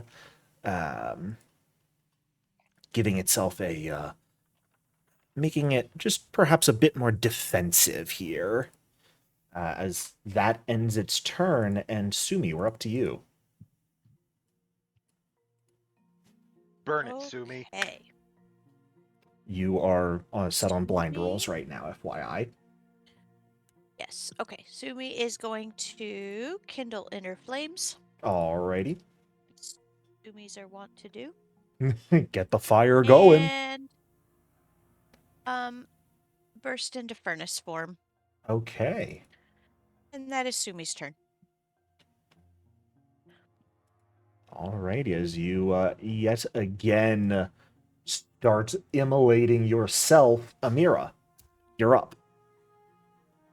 Yep. Okay. Cool. So, first off, does it seem like I'd be able to close the door? Yeah. The door point. pulled open. Okay. Second off, does it look like there's any treasure in there? You can't see past the wall of scale and flesh. Okay. It's filling the space I'll go so ahead and- fully, you have no idea what else could be in there. Okay. I'll go ahead and start with a sorry, give me 1 moment.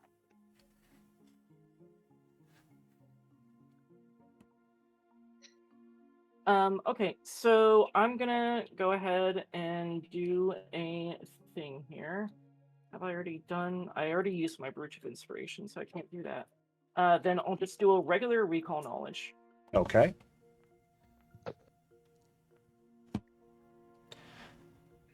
As this thing's arm came out, Amira, and you could see like the scale in better form, you could see a bit of that eye within. You recognize what this is. This is a contortion crown. It is an aberrant creature that slowly grows and amasses collections of pilfered items within its form, while fitting itself into large spaces. What question do you have it? About it? Think like massive hermit crabs. That's kind of what these things Yeah. are. I guess, can I ask for, like, is this something we could easily take down, or is it going to be, like, a big thing to try and take it down? I mean, it'll be annoying, but it's probably Okay. not going to really move from this place. And you have not heard of contortion crowns of such insane strength that you would think to be afraid of. Well, okay. Yeah, then Amira's just like, oh no, I can't close the door. Because there might be treasure in there and she wants to see. Okay. Cool. That's fine. Classic devise a stratagem. Then what? Okay, so one action to recall knowledge. Is that a free device, do you think? It is. Or... Okay. You're looking for the money, and these things amass pilfered items. Now that you're aware of that, I'd say that's free. Do I... well, would I have a language off the top of my head, or would I have a creature type? They're aberrations. Okay. Then Amira will attempt a Bonmo and Aklo. Okay. Assuming the big house hermit crab can speak Aklo, that's a crit success. Man, you've really been putting on weight, huh, Billy? Hey! That's insensitive. Oh, actually, what, oh fuck, I know this is my last action of the turn, but, do we have to fight? If you can speak, can we just chat? You just insulted me. That wasn't very I'm nice, and now sorry. you wanna talk it out? Okay, listen, as the only way I work in combat is by insulting people, and that makes them feel bad, and then that makes it easier for my friends to hit them. Well, I definitely don't feel great now. Oh my god, whatever. I don't care. Is this a double door, or? No. Okay, then Amira will go ahead and shoof back. Okay, well, my dog is gonna tear you apart then. We're fully just running through this magic circle, by the way. Oh, shit, sorry. Mahari's yeah, already I run forgot. through it. So. Amira will not be running through it. Okay. The statue was also, like, yanked out of it to beat you and Mahari and kind of left over here on the ground. Kashmi, you're up. Anyways, that's my turn.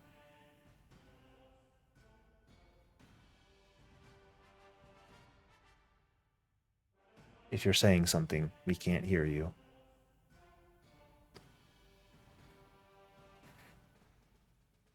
How about now? Hello. Hi. Hitting me with the inevitable disaster? I feel like it's time. That's incredibly rude, don't you know? Uh-oh. Oh, no. Well, we'll go ahead and extempore that. As at some point in the next 4 rounds, this guy's going to take a whole bunch of damage. Is that going to be flat 75 damage? Yikes. Who's getting the shield? Mahari, Okay. I'm just worried about him. He looks so small and squishy and childlike. Yeah. Well, that might be for the best, considering the statue was brought out of the binding circle. And it's going to start moving. No, shit, fuck. Notably, still as a statue. The angelic figured statue, Mahari, raises back in its its hammer, looking at you. You can't really see, like, the eyes moving because it's stone, but you almost see pity in its expression, even though nothing is moving. And then you could swear it turns its head to look at Amira and Kashmi and shows anger. It is immediately going to unleash a 7th rank 3-action heal spell. Which, notably, because you're not a vampire yet, Mahari, will heal you. However, Okay. I am going to need that fortitude save from Kashmi and Amira, please. Which I know there's no button, so just give me one from your character sheet. Actually, hold up. I can do that. There you go. There's a button. It's sanctified? No, I just needed a different button. Oh, So I was gonna cast say, I they just can put another sanctify spell their with spell. fortitude. Hey, gets a success. And Amira, please, as well. Yes, sorry. Fortitude. Yes, indeed. Very Ooh, nice. 18, nice. All right, Nice. so that'll be half damage to each of you, and Mahari, you're going to heal this. Okay. Sumi, you're living, so this just doesn't affect you in any way.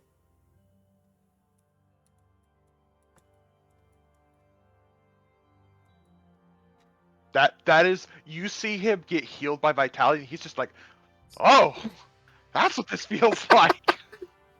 Yeah, it feels gross, doesn't it? Amira, Sumi sort of sticks her head over and says, "It's nice, huh?" Amira, are you sure you don't want to Kevin? swap back to taking double damage there? No, yeah, I'm pretty sure. I'm pretty Confident? sure. Yes. All right. Well, Mahari, it's your turn. You saw this angel statue begin moving and immediately heal you. Okay, so step, close the door, and then Hey! to the. You bastard. Do I understand that? Do you speak Aklo? No. Then no, you have no clue. You just hear it grumbling.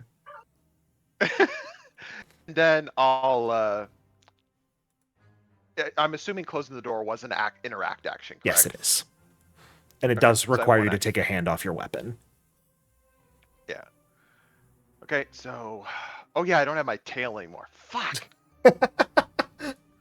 Anyways, I'll look at the angel and I'll speak to it in its language that, hey, what happened to you? Why are you a rock? I know what you are. You're not supposed to be a rock.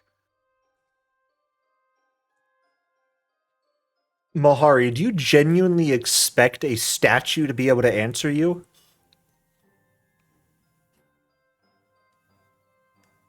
This particular statue. Okay. It doesn't respond. Okay. You're not sure if it can't or won't. But it doesn't respond.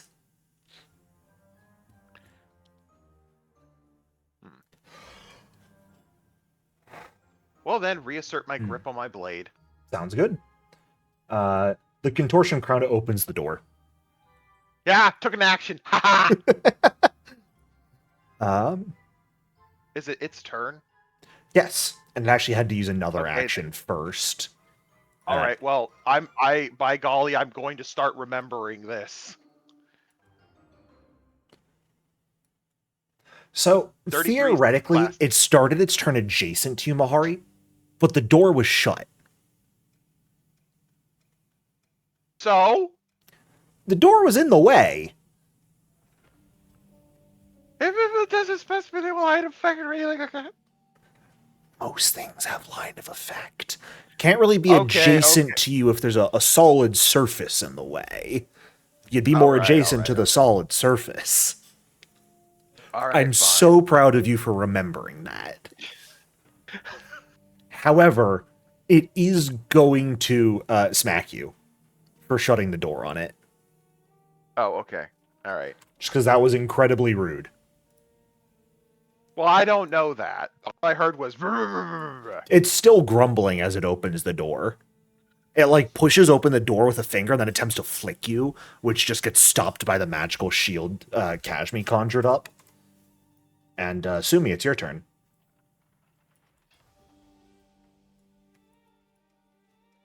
So it isn't going to let the door stay closed. Probably not. All right. But it does take actions from its turn Sumi. every time. Okay. Just Sumi- close the door repeatedly. You just close the door. Reach around Mahari and close the door. Sumi is going to step forward.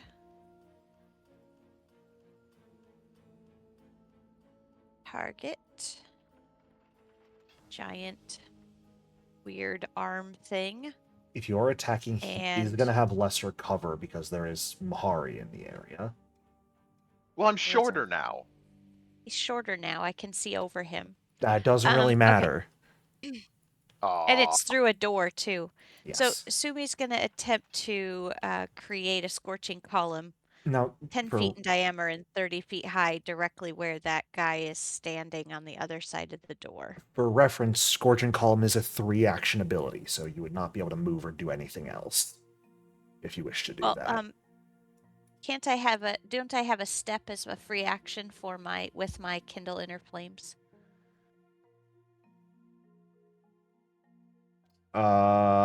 Probably. You probably know your character better than I do. You I have a are step as a free action. 100% correct. Yeah. That is All what right, I'm then. going to do. Nice.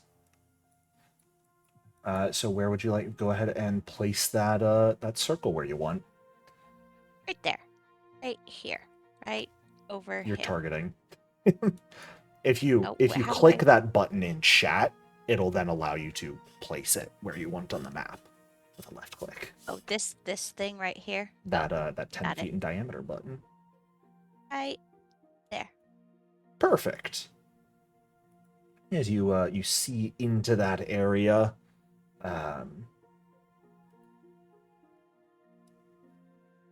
should be more like that. Okay. Something's weird about that. That's very weird with its placement, sure. Okay, so they are immediately gonna make he's immediately gonna make that reflex save.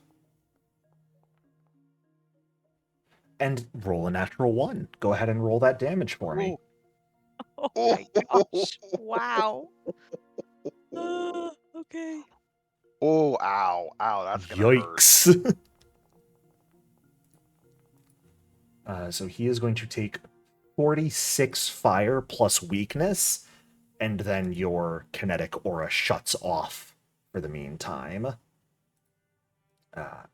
Now, unfortunately, you did not sustain, which does mean your furnace form is going to end here. Yes. It does. But that's pretty solid damage, and if he moves at all, he is going to take damage. Amira, we're back to you. This angel just cast Vitality Magic on you. Okay, and is the angel unstatued now? No, it's still a rock. Okay. Well,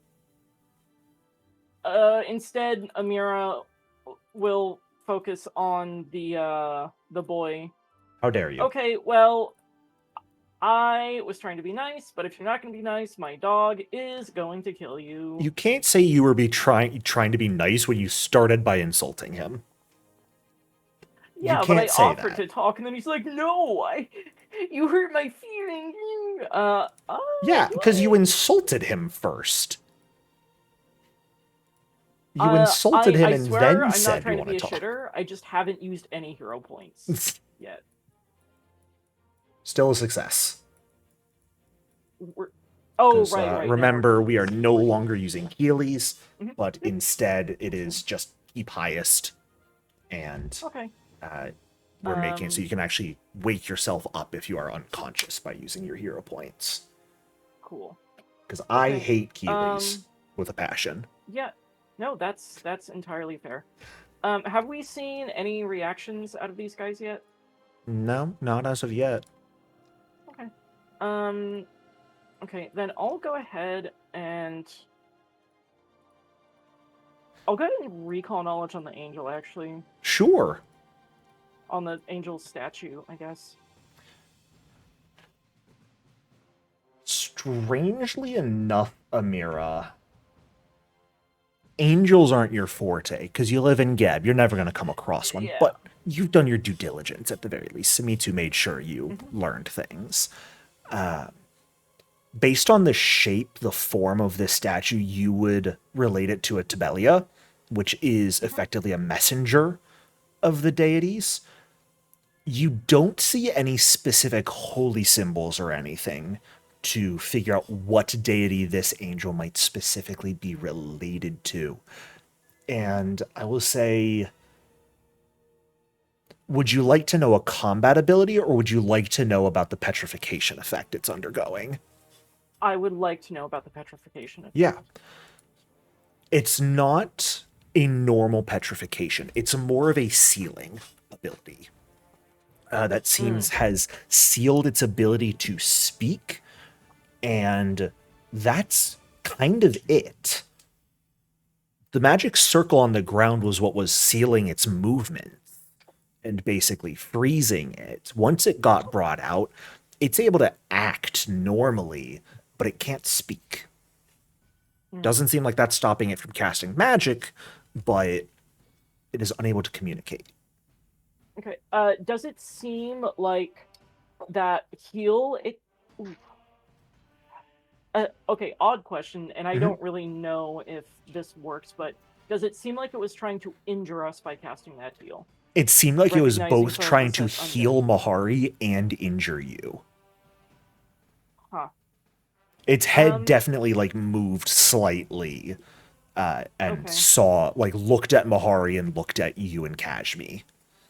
Okay. It is seemingly Um, friendly to the living and unfriendly to you and Kashmi. Okay.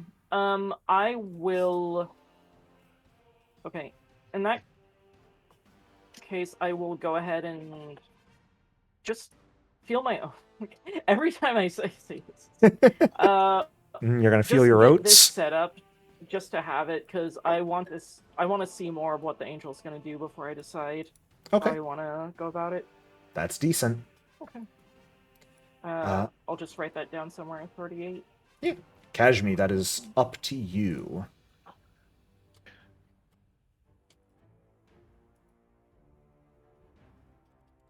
And Amira, I went ahead and actually set it in the effect name that I extemporate effect on you, Okay. Thank you. just to keep in mind. I appreciate you. Yar. Kashmi, unleashing of the psyche.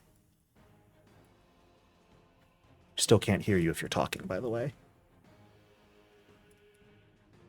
For fuck's sake.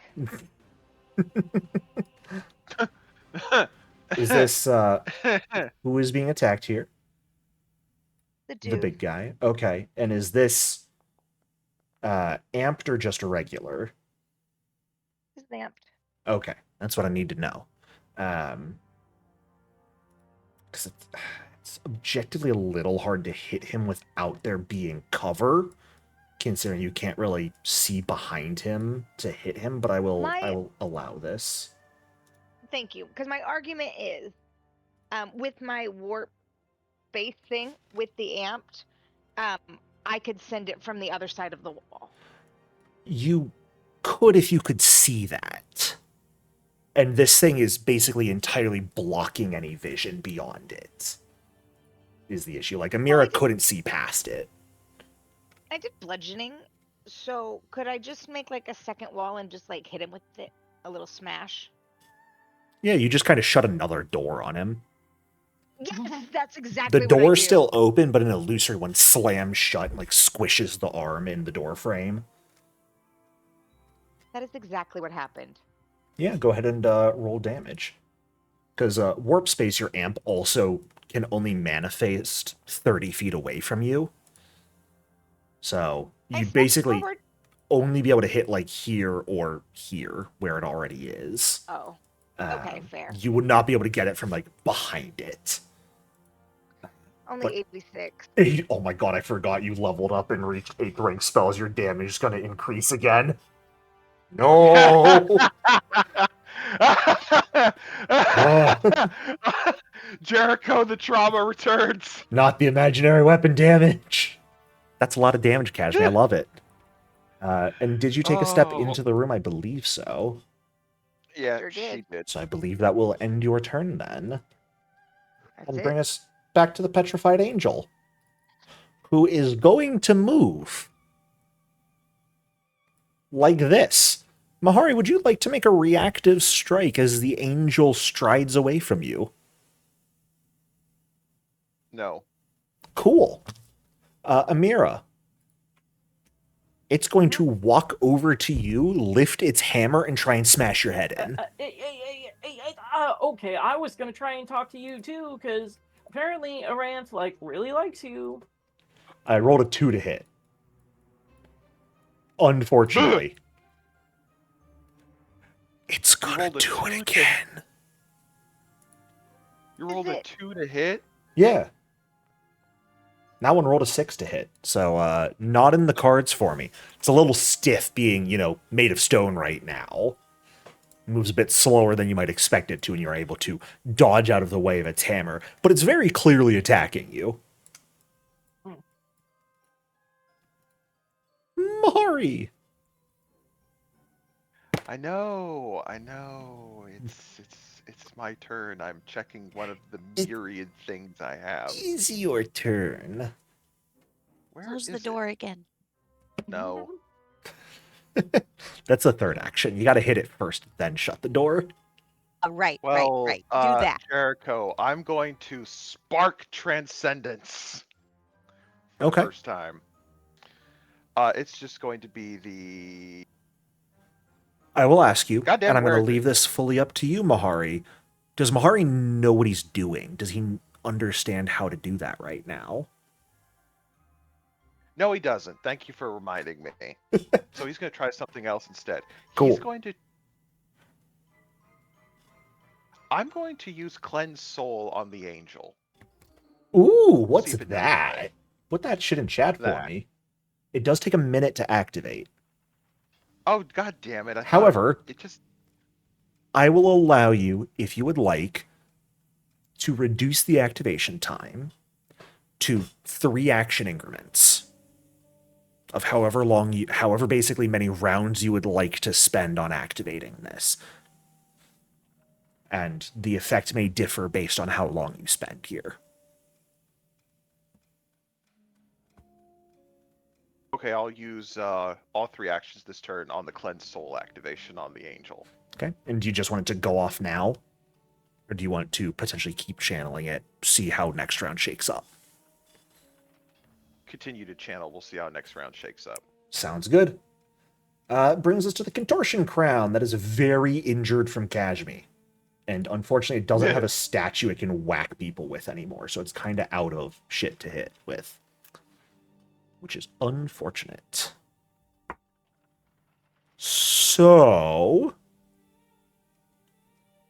truly, it's just going to hit people with its arms. And we're going to start with Sumi. It's going to just sort of reach out over Mahari and try and grab you and squish you. It's got a 20-foot reach, so just kind of... over and out. Yeah, it, smashes down. Which is a 41 to hit. Okay. For a very, very kind of high 37 bludgeoning damage. All right. It's not that bad. And then it's going to, smack, drag arm back to kind of clock you, Mahari, with some fingers. Okay. It doesn't, keep fist because it can't, but it, extends just all of its fingers so it can slide past, except the index finger, so it will just clock you in the back of the head as it comes by. Oh, the disrespect! It's more so with the amount of space it has to maneuver. Does get sweep on this. But I think that's going to miss. Yes, it will. So you just duck. The finger whooshes overhead, goes back in, and with its last action, it is going to once again sort of turtle up inside and start sort of turning itself maybe a bit harder to hit in there, making the scales show more. And bring us to your turn, is it not Sumi. going to shut the door? No. Brings the channel elements back up. Sumi is going to turn back on her kinetic gate Lovely. and is going to if I use my flying flame, is that going to hit Mahari too, or can I aim it toward just to go around him and into the room? It would against hit the creature? Mahari. It would be It hard to would. get it around him, considering the door It can't- only opens right there. But can't it go above Mahari? It can If go there were a above lot of Mahari. space, maybe, but I'm going to say Oh. objectively for this, no. Okay. Fine. Okay.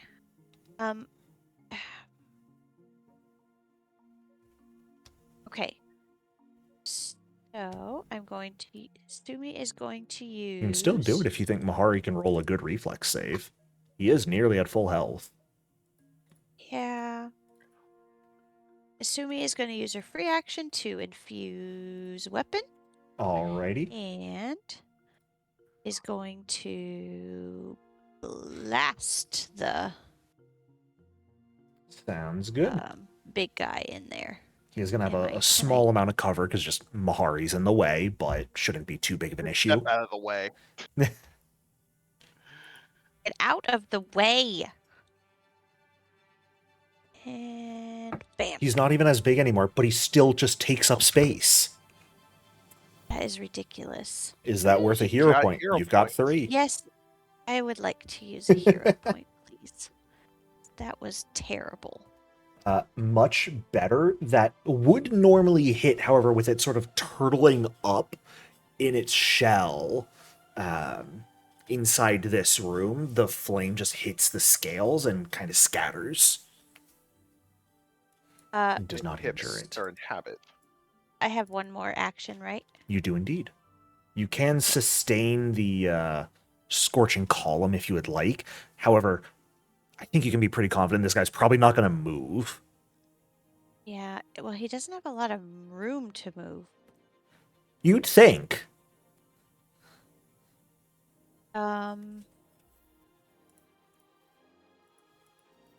I'm going to hit him with another elemental blast.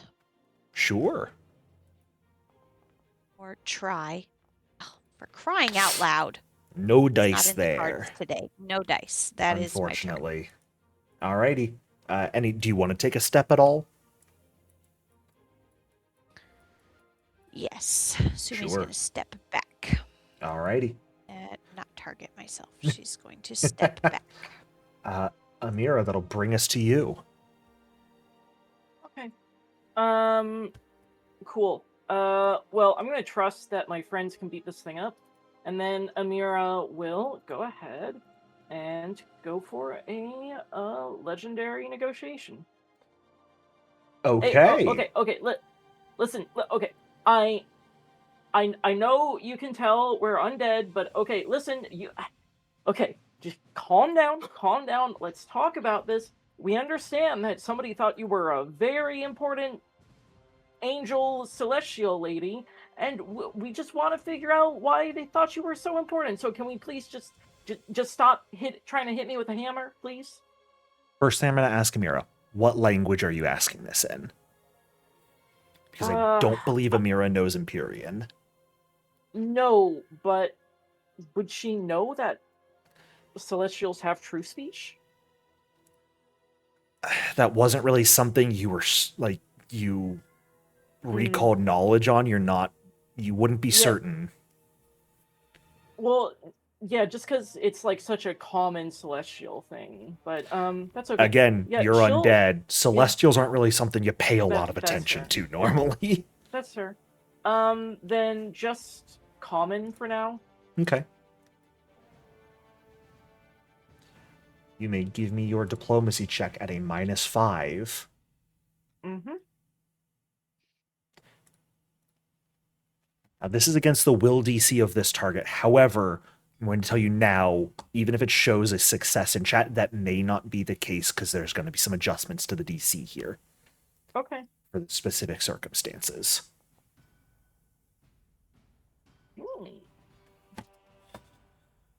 I guess I should have actually used the macro. I'm sorry. That's fine.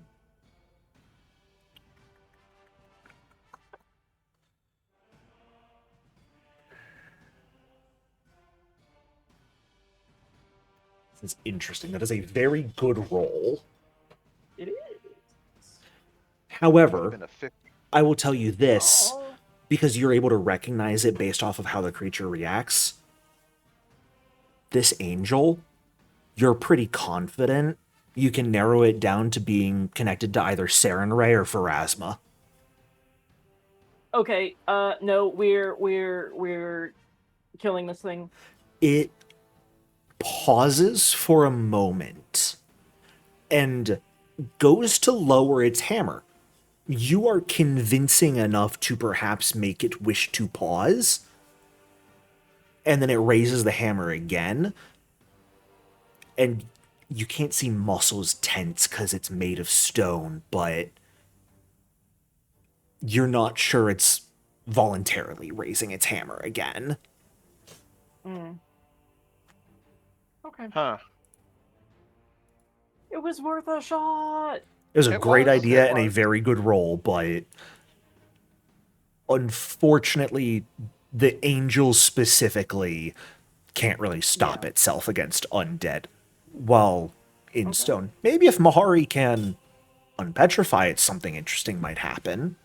But as is, Kashmi, what you got?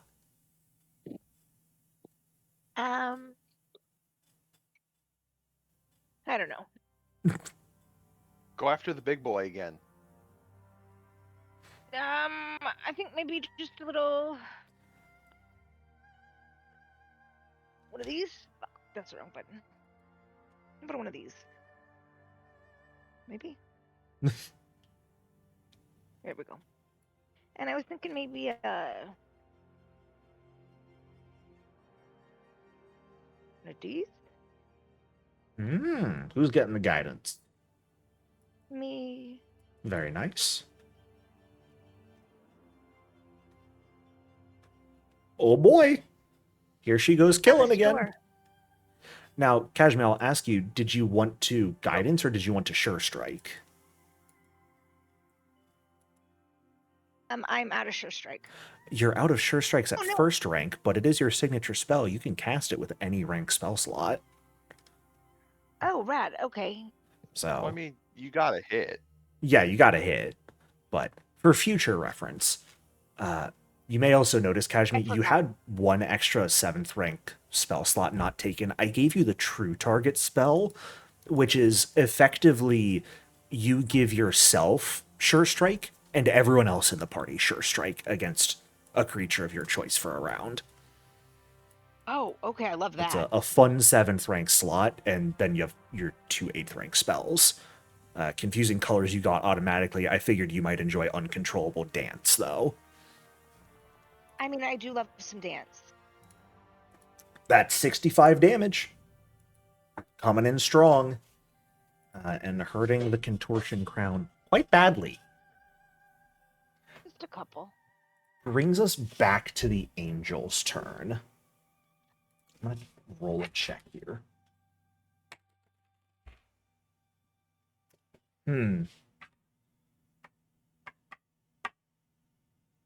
It is going to delay Interesting. and bring us to your turn, Mahari.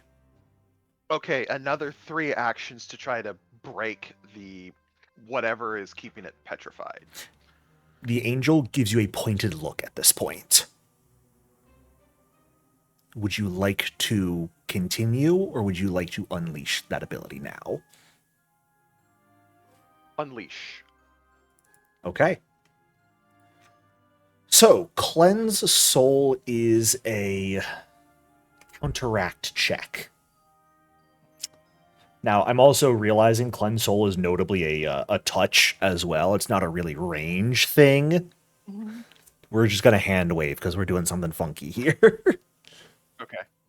Yeah, because it's a attempt to counteract check against all curses either you or another creature you touch throughout the activation are affected by. Oops. Whatever. So, I gotta read my more carefully. the counteract check would be your best magical skill, theoretically, I believe. Which in this case would probably be your nature. Religion, actually. Oh, religion. Yes, I can't read. Cool. Now, the DC you're looking for is where this gets a bit funky. Check something real quick. Okay. Mahari, you're looking for an 18 or higher on the dice, is what I'm going to say here. Okay, question. Mm-hmm. Since the effect of the relic is now coming from the spark, could I use my class DC minus 10 instead? I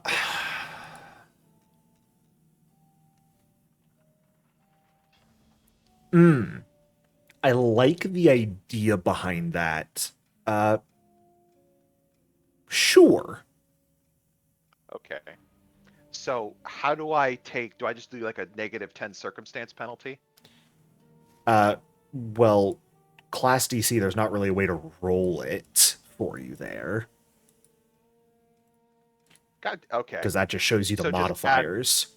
You know what? just roll Warfare lore, because those are all of your lores are plus 24 right now.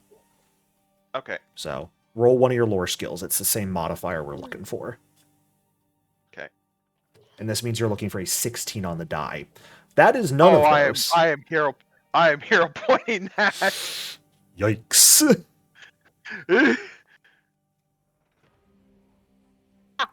That's the way. Oh, buddy. Oh! Okay. Now we got something interesting going on. Jericho's like, I did not plan for this. I was hoping for a success. Not in the million years was I expecting a critical success. Oh. Neither was I. I almost told you you needed a nat 20, and then I was like, no, that's... I hate asking, like, I wouldn't allow a roll in the first place if a nat 20 was your only way to succeed. Okay. So... Oh boy! Okay, this is going to be a little funky. Huh. Okay. Mahari, with the changes your body has undergone, there is a feeling you begin to get. You could feel it earlier, sort of that pit inside of you that you drew the sword from. Something within you that you could not sense prior, but now you're beginning to get a feeling for. It's similar to that power that had been granted to you for so long, but still feels wholly yours. Doesn't feel as if it's given by anything else. This is something intrinsically a part of you. More so out of a gut feeling than anything else. No logic that would tell you this would succeed. You attempt to draw on it and pull that energy out and feed it towards this angel, this petrified stone figure. It's a formless sort of energy, not like how magic normally appears when spells are cast, and yet something clearly leaves you briefly and enters the angel. and from the tip of a wing, flecks of stone begin to corrode away, revealing pure white feathers, slowly revealing fair skin, a golden hammer, platinum hair, blazing yellow eyes, as whatever this must be a curse was, is unmade. The energy eventually sort of flows back to you. I am going to say your spark is no longer within your weapon. It is now just within your body, as it was the catalyst for doing this at a range. Okay. But the petrification is undone from the angel, and she's going to come back into initiative.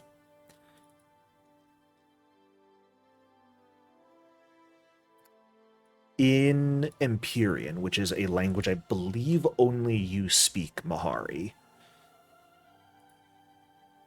Thank you for this. May I inquire as to why ones of your mortal stature are with the enemy of life?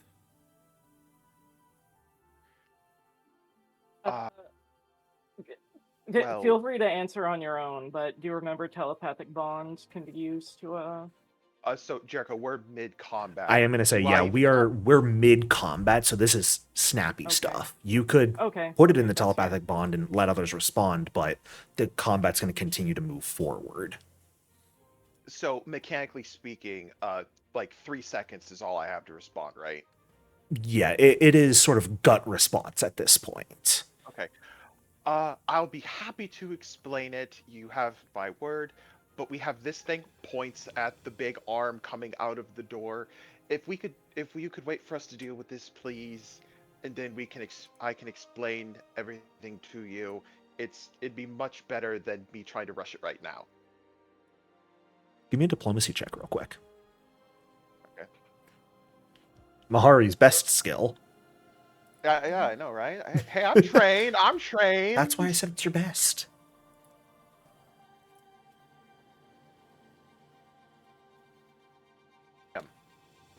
Very well. I look forward to your words following this. Amira, you watch this angel freed from stone look to Mahari and speak a few words with him. She looks at you with just a blank expression. You can't really read anything in the moment, and backs off. You're smiling. Oh. And it is the Contortion Crown's turn, and it's going to whack you, Mahari. All right. You're you take a moment, you're focusing on the angel, letting your spark cure them and then converse them, and then this guy tries to flick you in the back of the head again. One of these days I'll succeed. Son of a bitch! Trying again. Aha! You hear like a smack on the door frame, and as you go to turn around, just whack right in the face. Just right up the nose. Yeah, pretty much. It's too big to go up the nose, because like the finger is the size of your body, and it just So it's like the tip smacks of the you. nail just flicks my nose up and breaks it. There you go. Sumi, we're up to you. Don't attack the angel. Actually, For the love of God. Mahari, I think it would have hit either way, but he did start his turn adjacent to you. Yes! You want the ability back in chat? Give me a roll for it. Oh no, that's a roll he makes. It's a will save against my class. Is there not a button in the ability? Not that I saw. Ew. We'll have to make one. Where is it? There isn't one. Give me a moment. That's not what I want. Give me half a moment. I've got something I can steal. That's not the right There one. it is. That's the one I want. Back up to your old trick, say Jericho. Yes, stealing ruthlessly from other inline things that have already been written. Mhm.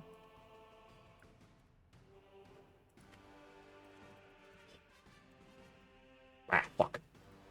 Alright, there we go. Now there's a button in there. Try again. All right.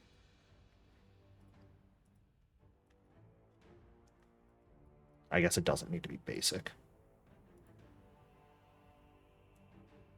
Where's it? Oh, is it in the description? It's not an action.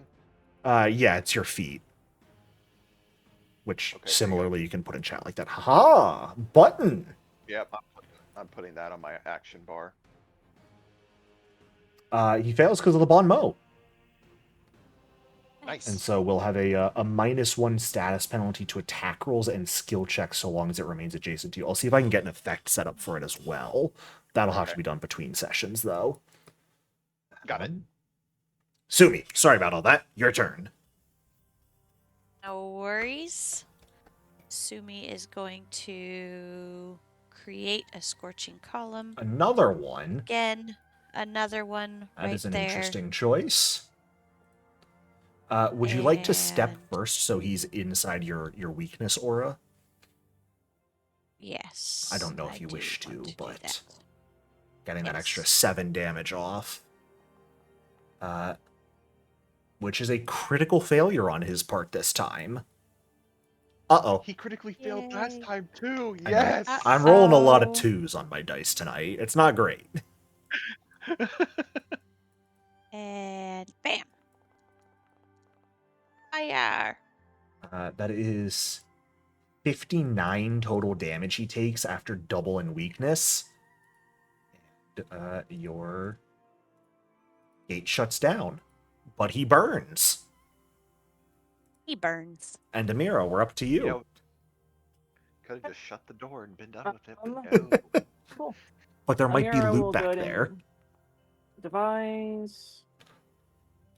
And... Your devise rolls just match with my normal rolls. Okay, then she'll stride up and fucking blade. Ah! Interesting. It's okay, I still can't roll above a 5. Okay, cool. I don't want to give you the win for this. I shouldn't. This is disgusting. But it kills it. Okay. And immediately Well begins to done. decay. Uh, That shouldn't work. Amira immediately realizes she just did that in front of the angel that she's trying to like not piss off. okay. Jericho, Just as soon as combat raises ends, an eyebrow. as soon as combat ends, Mahari's gonna, walk over, put his blade away. He's going to shift his. Well, he can't. You're not really He knows how certain to what you're doing with it. Yeah, we'll just go with it for now. So in Empyrean, he'll be like, okay, now it's time for me to give you that explanation I promised. May we converse in the common tongue of mortals so that my companions can understand us, or is this going to be strictly in the tongue of the celestial realm?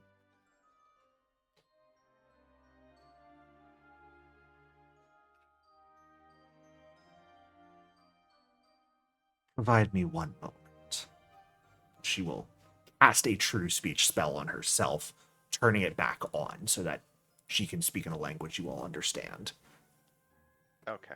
Because the curse was sort of keeping it locked up somewhat as well. At least preventing her from speaking it, and she has to just return it on. But as she speaks out now, it will be in common and understandable by everyone. Okay. My name is Mahari. I will leave my companions to give their names if you wish. May I know your name, please? If you have one. My name is Alarion. Alarion. Nice Well, to meet you, Alariel. We are indeed meeting. I have yet to determine if it is a pleasant one. I'm assuming by your reaction to my companions, you serve the Mother of Bones.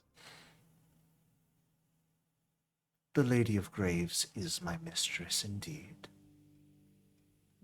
Ah, so that's what the civilized people call her. As you can tell, I'm a Kolo. We call her something else. I'll call her the Lady of Graves from now on. You're a bit quiet right now, Queek, by the way.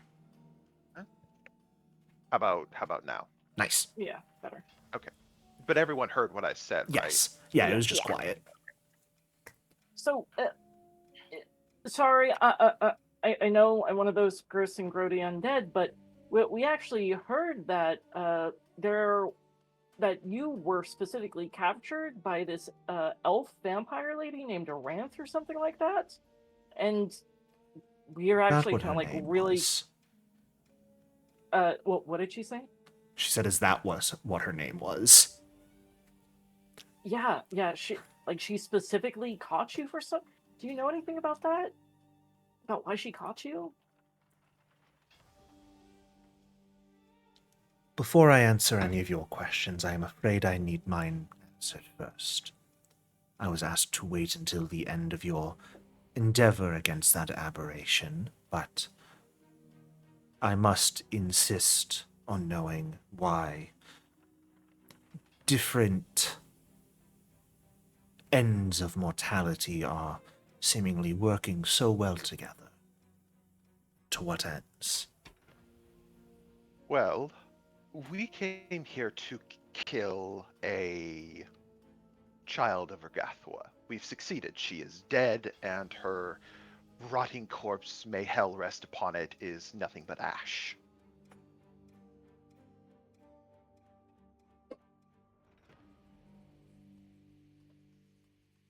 It doesn't really Yeah. answer her question. Well, okay. No, she asked why Her we were question here. is I just basically, said why are you guys working together? Why are alive people and undead working together? But- The Queen, why? it- Family. Can Amira step in? Are you okay with that? Oh Queen, or do yeah, you wanna- Bahari's Okay. not hogging the spotlight. He's just trying to make sure Okay. this angel doesn't Let the go high all hog diplomacy on her in. ass. Amira's gonna straight up fucking lie to this bitch. She's gonna be, well, Oh, okay, part of the reason we came to kill a child of Ergathwa is me and my wife over here. My name's Amira. My wife's name is Kashmi. We're both looking for ways to stop being undead. And our good friends here, Mahari and Sumi, they are trying to help us stop being undead. Smile. I want to smell. And I want to be able to smell.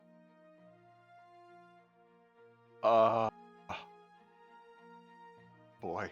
Give me a deception check, Amira. Blind, he said. Of course. Yeah. And you May I- know this is a stretch, right? Can I aid? How we killed a child of Regatha? Come on. That's I- true. But you know saying you're looking for a way to live again is a stretch. Okay. I do have a reaction if this fails. Sorry, go ahead. Can I aid? And my reasoning is, oh, it might not be an aid though, because it isn't a deception. Kashmir doesn't want to live, but she also doesn't necessarily want to be undead. I'll get to that. Amira, what is your reaction that you could use? I can react to falsehood. Please, if you would like to use that, you may. Okay. And seeing that maybe the angel doesn't quite believe her, she Just what- raises an eyebrow at you. Amira turns to, it's like, guys, right? That's what we're here. We're trying to get my wife and I undeaded. And okay, here comes the next one. With the +2. My girl. I'm so sorry, Amira. I do need it to be blind. I fucking No. I forgot to roll it blind. I'm so Not like sorry. this. That's okay. I'll get a nat 20 this time. What did I Roll get, nat 20. Jericho? Same roll, nat 20, nat 1. Who knows? I saw the way your face twisted up. I know it was something funny. It's either really good or really bad. And nothing in between. Yeah, there is no in between for roles like this. The issue is there is an extent of believability with words that Yeah. dice rolls can only go so far. I think it's perfectly reasonable for an undead person to want to try to become undead. That's something somebody would It want. literally happened 5 minutes ago. It happens. Let me ask this reasonably. Mahari and Sumi, when you hear Amira say that, what kind of expressions would be on your face? Like, you know she's lying, okay. but... Okay, I'll show you the expression that's on Mahari's face. You ready? Okay. Right. And for the recording, since cameras are not being recorded, that was a suddenly eyebrows raised, lips pursed. So Sumi's paying attention to the angel and Mahari speaking, and then Amira says that, and you see Sumi's head whip around and look at her, just with the expression of surprise on her face. Guys, right? We're trying to become undead, right, guys? And then Sumi whips back around and says, "Yeah, right, undead. Yeah, that's what we're trying to do."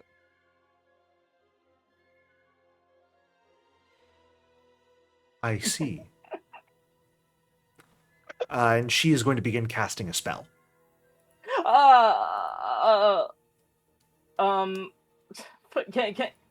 I don't have. I can't like. I don't have a Jericho. reaction for recognize spell or anything. Well, so no, I don't know. Jericho. This doesn't bring us back into initiative, correct? Not necessarily, unless someone does something here. Have we Y'all are not about to stepped in get front of Amira? undead. Okay.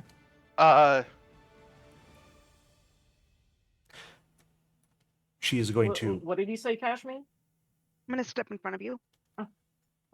Hey, In Empyrean, Mahari's gonna ask the angel,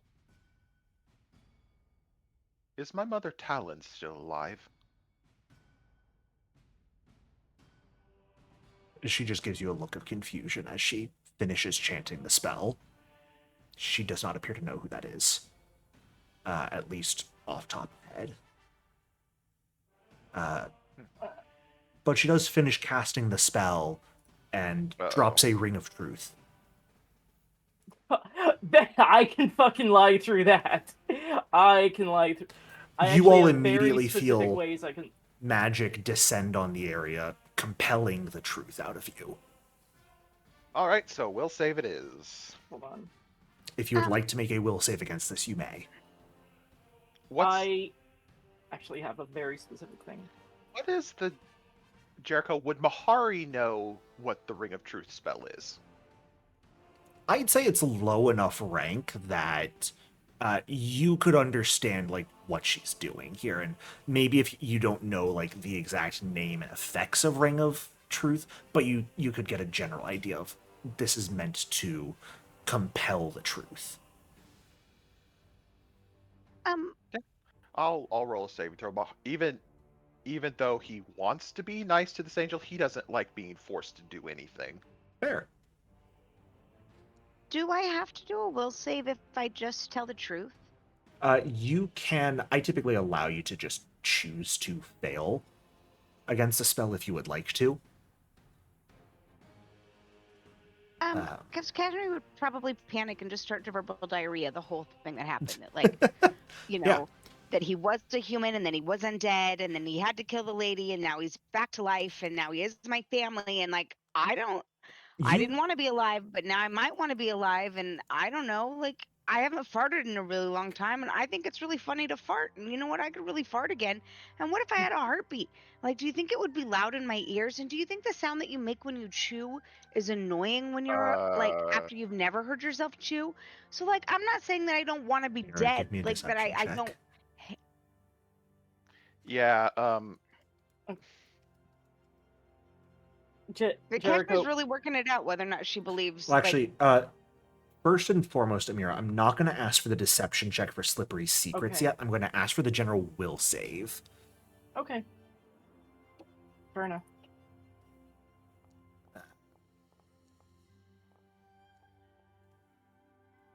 Assuming you That's rolled blind, okay, but you did because fail. Actually, I have a couple of hero points. I would also say on that failure, Amira, that's when slippery secrets would start triggering if and when you fail. Okay. Cool. Because the spell Then- would effectively be seeing through your lies at that point, and that's when slippery secrets would come in with a you might be able to bypass it. I think I bypass it. I was not necessarily asking for the check now, Oh, but Sorry. I think you're so sexy. Yeah, you too. that was going to be an if and when you lie. We will probably Oh, need one. I'm sorry. Not a just do it now. Because it is just anyone in the creature takes a -2 penalty to deception checks, no matter what they rolled on the save. And then if you speak a true statement, the spell rings a little bell to confirm that it was truth, and it will not ring if what you say is a lie. So we see the little bell appear, right? You don't really see a bell, you just would hear it. Okay. Mahari switches back to common. Okay, I guess that was prudent. I simply wish to confirm that we are all being honest and truthful. I am, after all, grateful for your assistance. However, I do have my own orders that I must fulfill. And What are they? simply put, They're also in the Ring of Truth, right? yes. Simply Okay. put, the existence of undead cannot be tolerated. And a bell does ring at that. She does not attempt to lie, and I'll tell you that now. A bell will ring every time she speaks. She will not lie to you guys. Granted. Amira will ping over the telepathic bond. Should we just kill her? Mahari's gonna ping back. Let's try not to do that. We have enough enemies as it is. I mean, if it push comes to shove, obviously, but we don't need a freaking psychopomp coming after us. Okay. Isn't it true, though, that the Lady of Graves will get every soul? It's only actually a matter of time. But of course, eventually all souls will end up the embrace of the Lady of Graves. However, undeath itself carries with it the possibility of extinction. Thus, the risk is often something that should not be taken.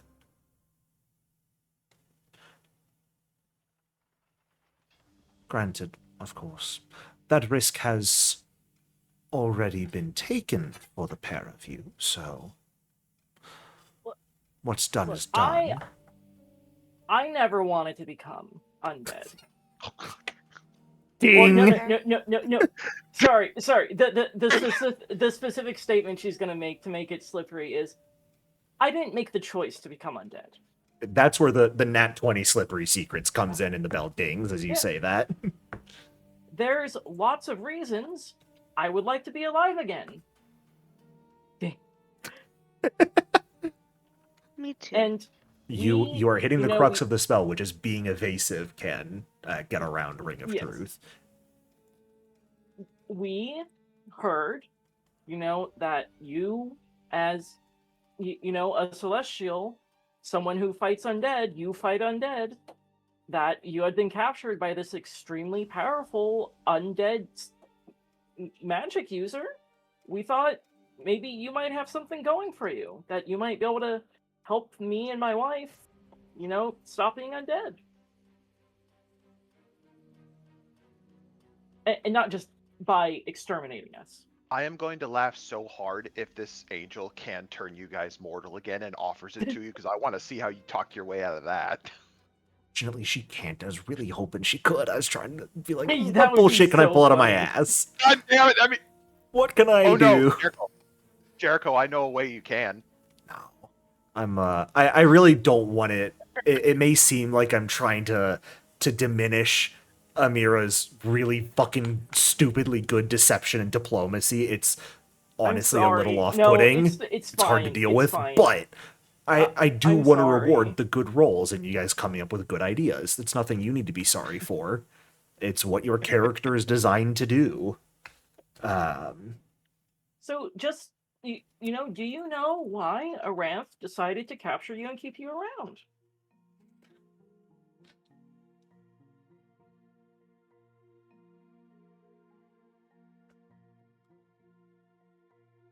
It's a good roll.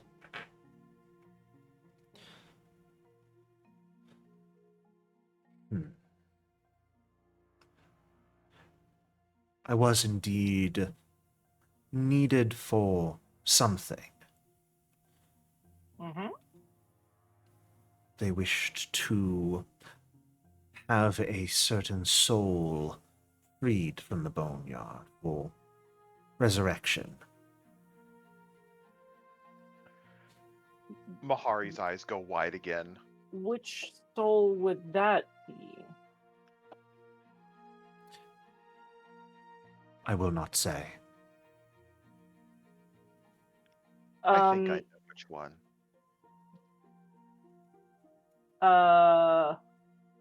Cool. Why not? Actually, yeah, I'll let her answer that before I do this. I am going to remind you, pointed question also is something normally meant for in-combat use. What? No. Are you sure about that? It's an action, it's not an exploration sort of thing. Yeah, but I mean, like, just one more thing is an action. And that doesn't seem very... Like, if you think pointed question is supposed to only be used in combat, that's... What I would ask you is, do you I guess. realistically think it is designed around the idea that you could just pointed question everything in existence? Yeah, Every question. I unironically do. I actually also unironically do. Difference in belief Especially of design because it philosophy, but sure. Non-allied creature. It doesn't say enemy, just non-allied creature. If it said enemy, absolutely. If you don't want me to point a question her, that is No, fine. you I'm may not do gonna it. push I don't want to tell you guys not to use your things. Okay, thank you. I appreciate it. But does she respond to Kashmi first about why won't you tell us? She does not. Can I shameless request it? And do you want to try me first, can and go then if next. I fail, Yeah. Yep. I'm only going to let Yep. one of you guys choose. I'm not going to let you both make an attempt on this. Oh, That's Do you wanna something I aid will me? put as a hard thing. trust you. Kim, did you want to aid me then? Or... Yeah, for sure. Okay, thank you. How can I aid? Deception or diplomacy? Diplomacy. We love you, Mr. Jericho. No, you don't. Shut up. Yes, we do.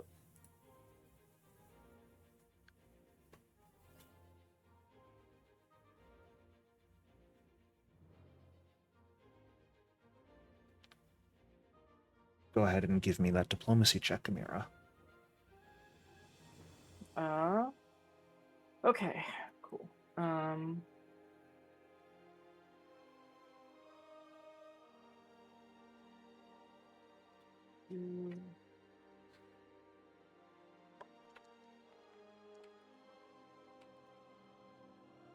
Specifically, just to be nice to you, Amira's not going to ask who was it.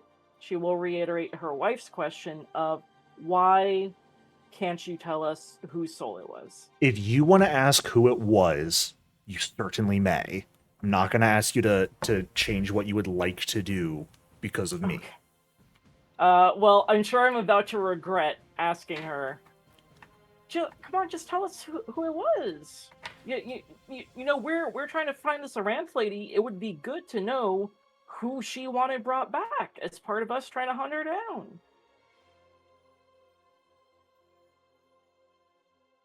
She pauses for a hard moment. She can still lie to me for reference. I'm aware. Aranth. The bell does not ding, and no roll needs to be made for you to know without a doubt 100% she's lying to you. Like, it's such an obvious lie.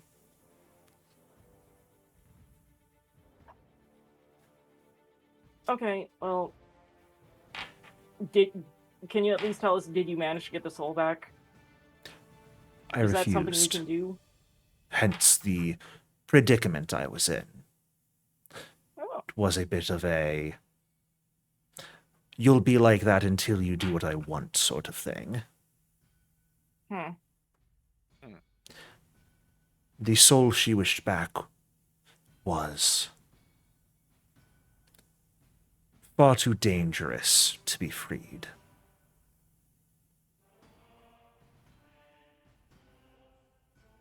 Is it someone we know? I do not know you. I could not tell. Was the soul related to the Saranth? I don't do think not she's gonna know give us any- particularly much about this Aranth in the first place, so these sorts of questions are not mine to be able to answer. Fair enough, but I believe we're getting a bit off track. Well, we are. The whole conversation. Is there anything? I mean, you seem like you've been here for the gods knows how long. Don't you want to return to the spire? I believe it's called. Oh, I will. You don't have to worry about that. Unless, of Can we course, shove it you back into the do not trap? wish for me to remain. Kashmi, I'm going to say you inherently don't understand what the magic was in the first place that trapped her. It might yeah. be possible to reactivate, like, the binding circle that sealed her movements. But Well, because of Mahari's cleansed soul, she does also have a bonus against curses right now. well, you you serve the Lady of Graves. You don't like undead. I need my companions to finish the journey we started. And like you said, eventually the Lady of Graves will judge our souls. We can't ever outrun her. We're only mortal after all.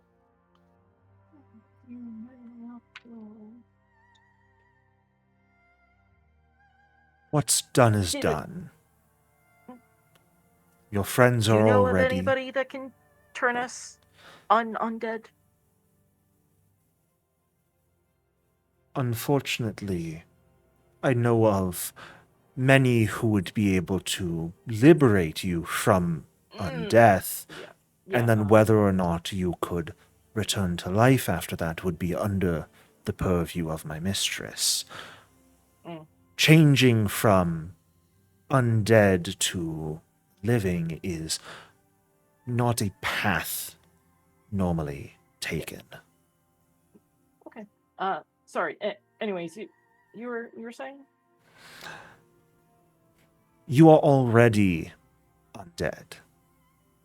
It is immutable.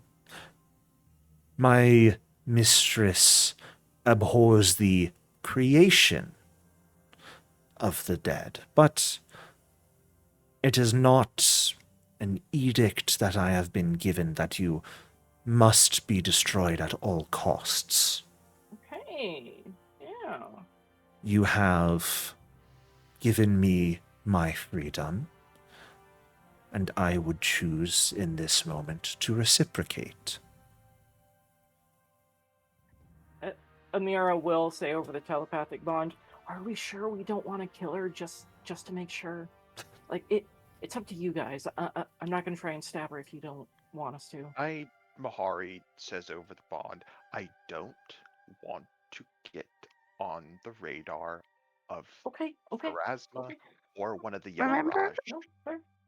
Do you remember that time that Arant let all my pets go? I free her pets. Uh,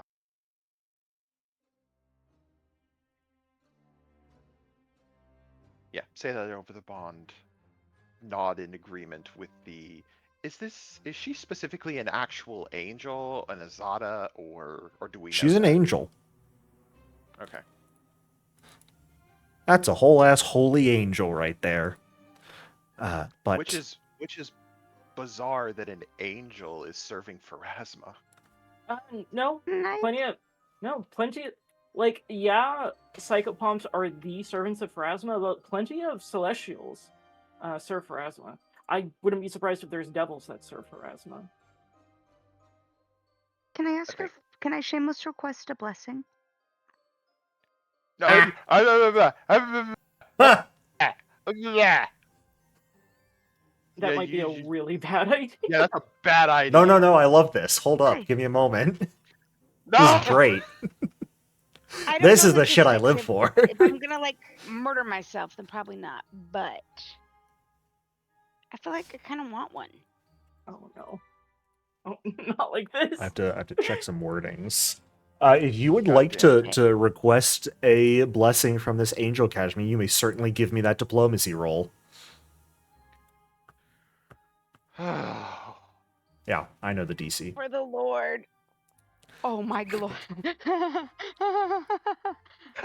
So remember the benefit. Shameless request means a crit fail becomes just a regular failure for you. So you can't actually crit Oh. fail this. However, that will absolutely be a failure. Can I have another hero point? I have my last one. Can If I you'd use like it to, on you this? may.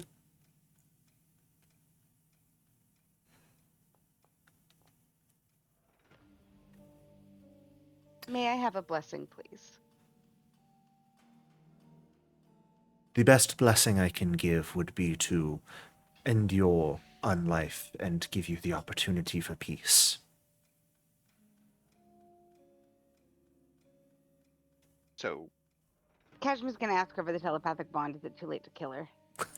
yes, it's too late to kill her. At this point, she will nod a farewell to all of you. I didn't ask for your best blessing. I just And asked vanish. for a blessing. She Fucking vanishes.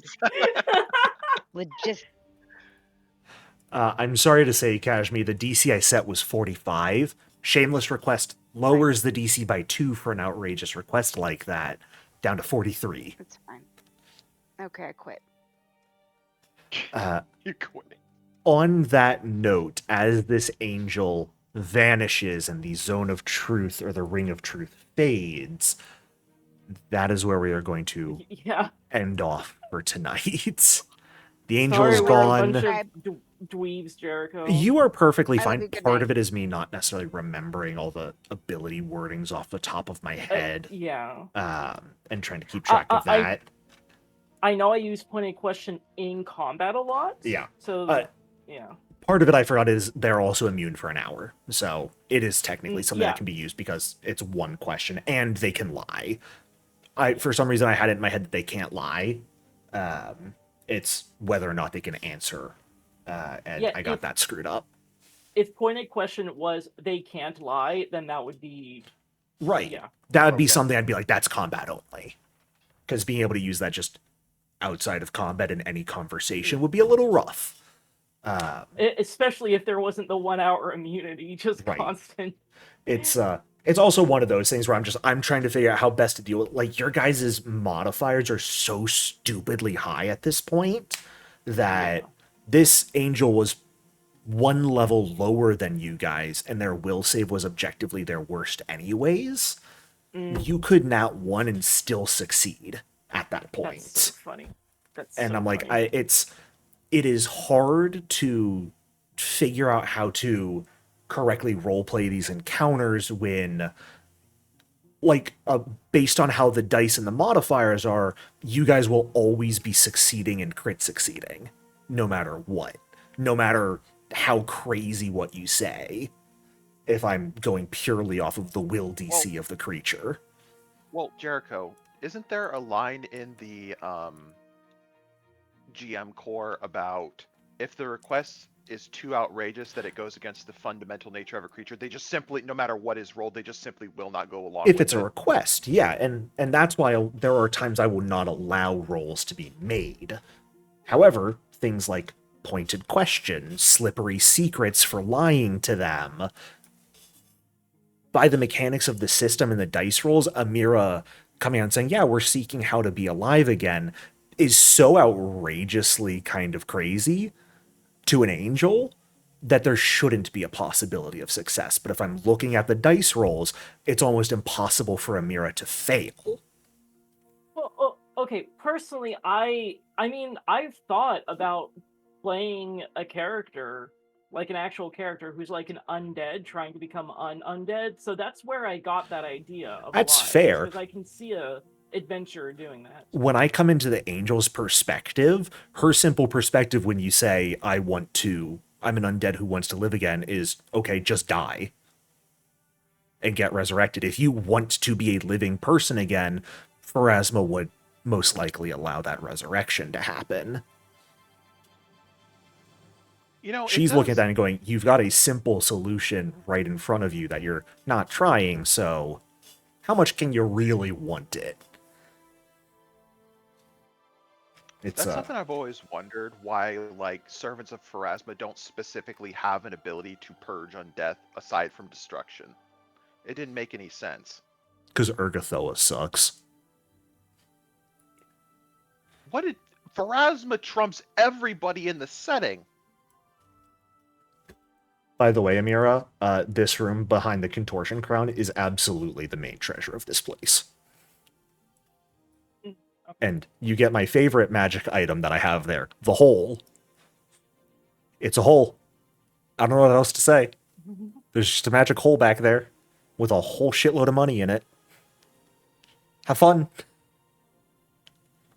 How much money are we talking? Yes. Thanks Good for night. Jericho. Bye, Allie. Sorry.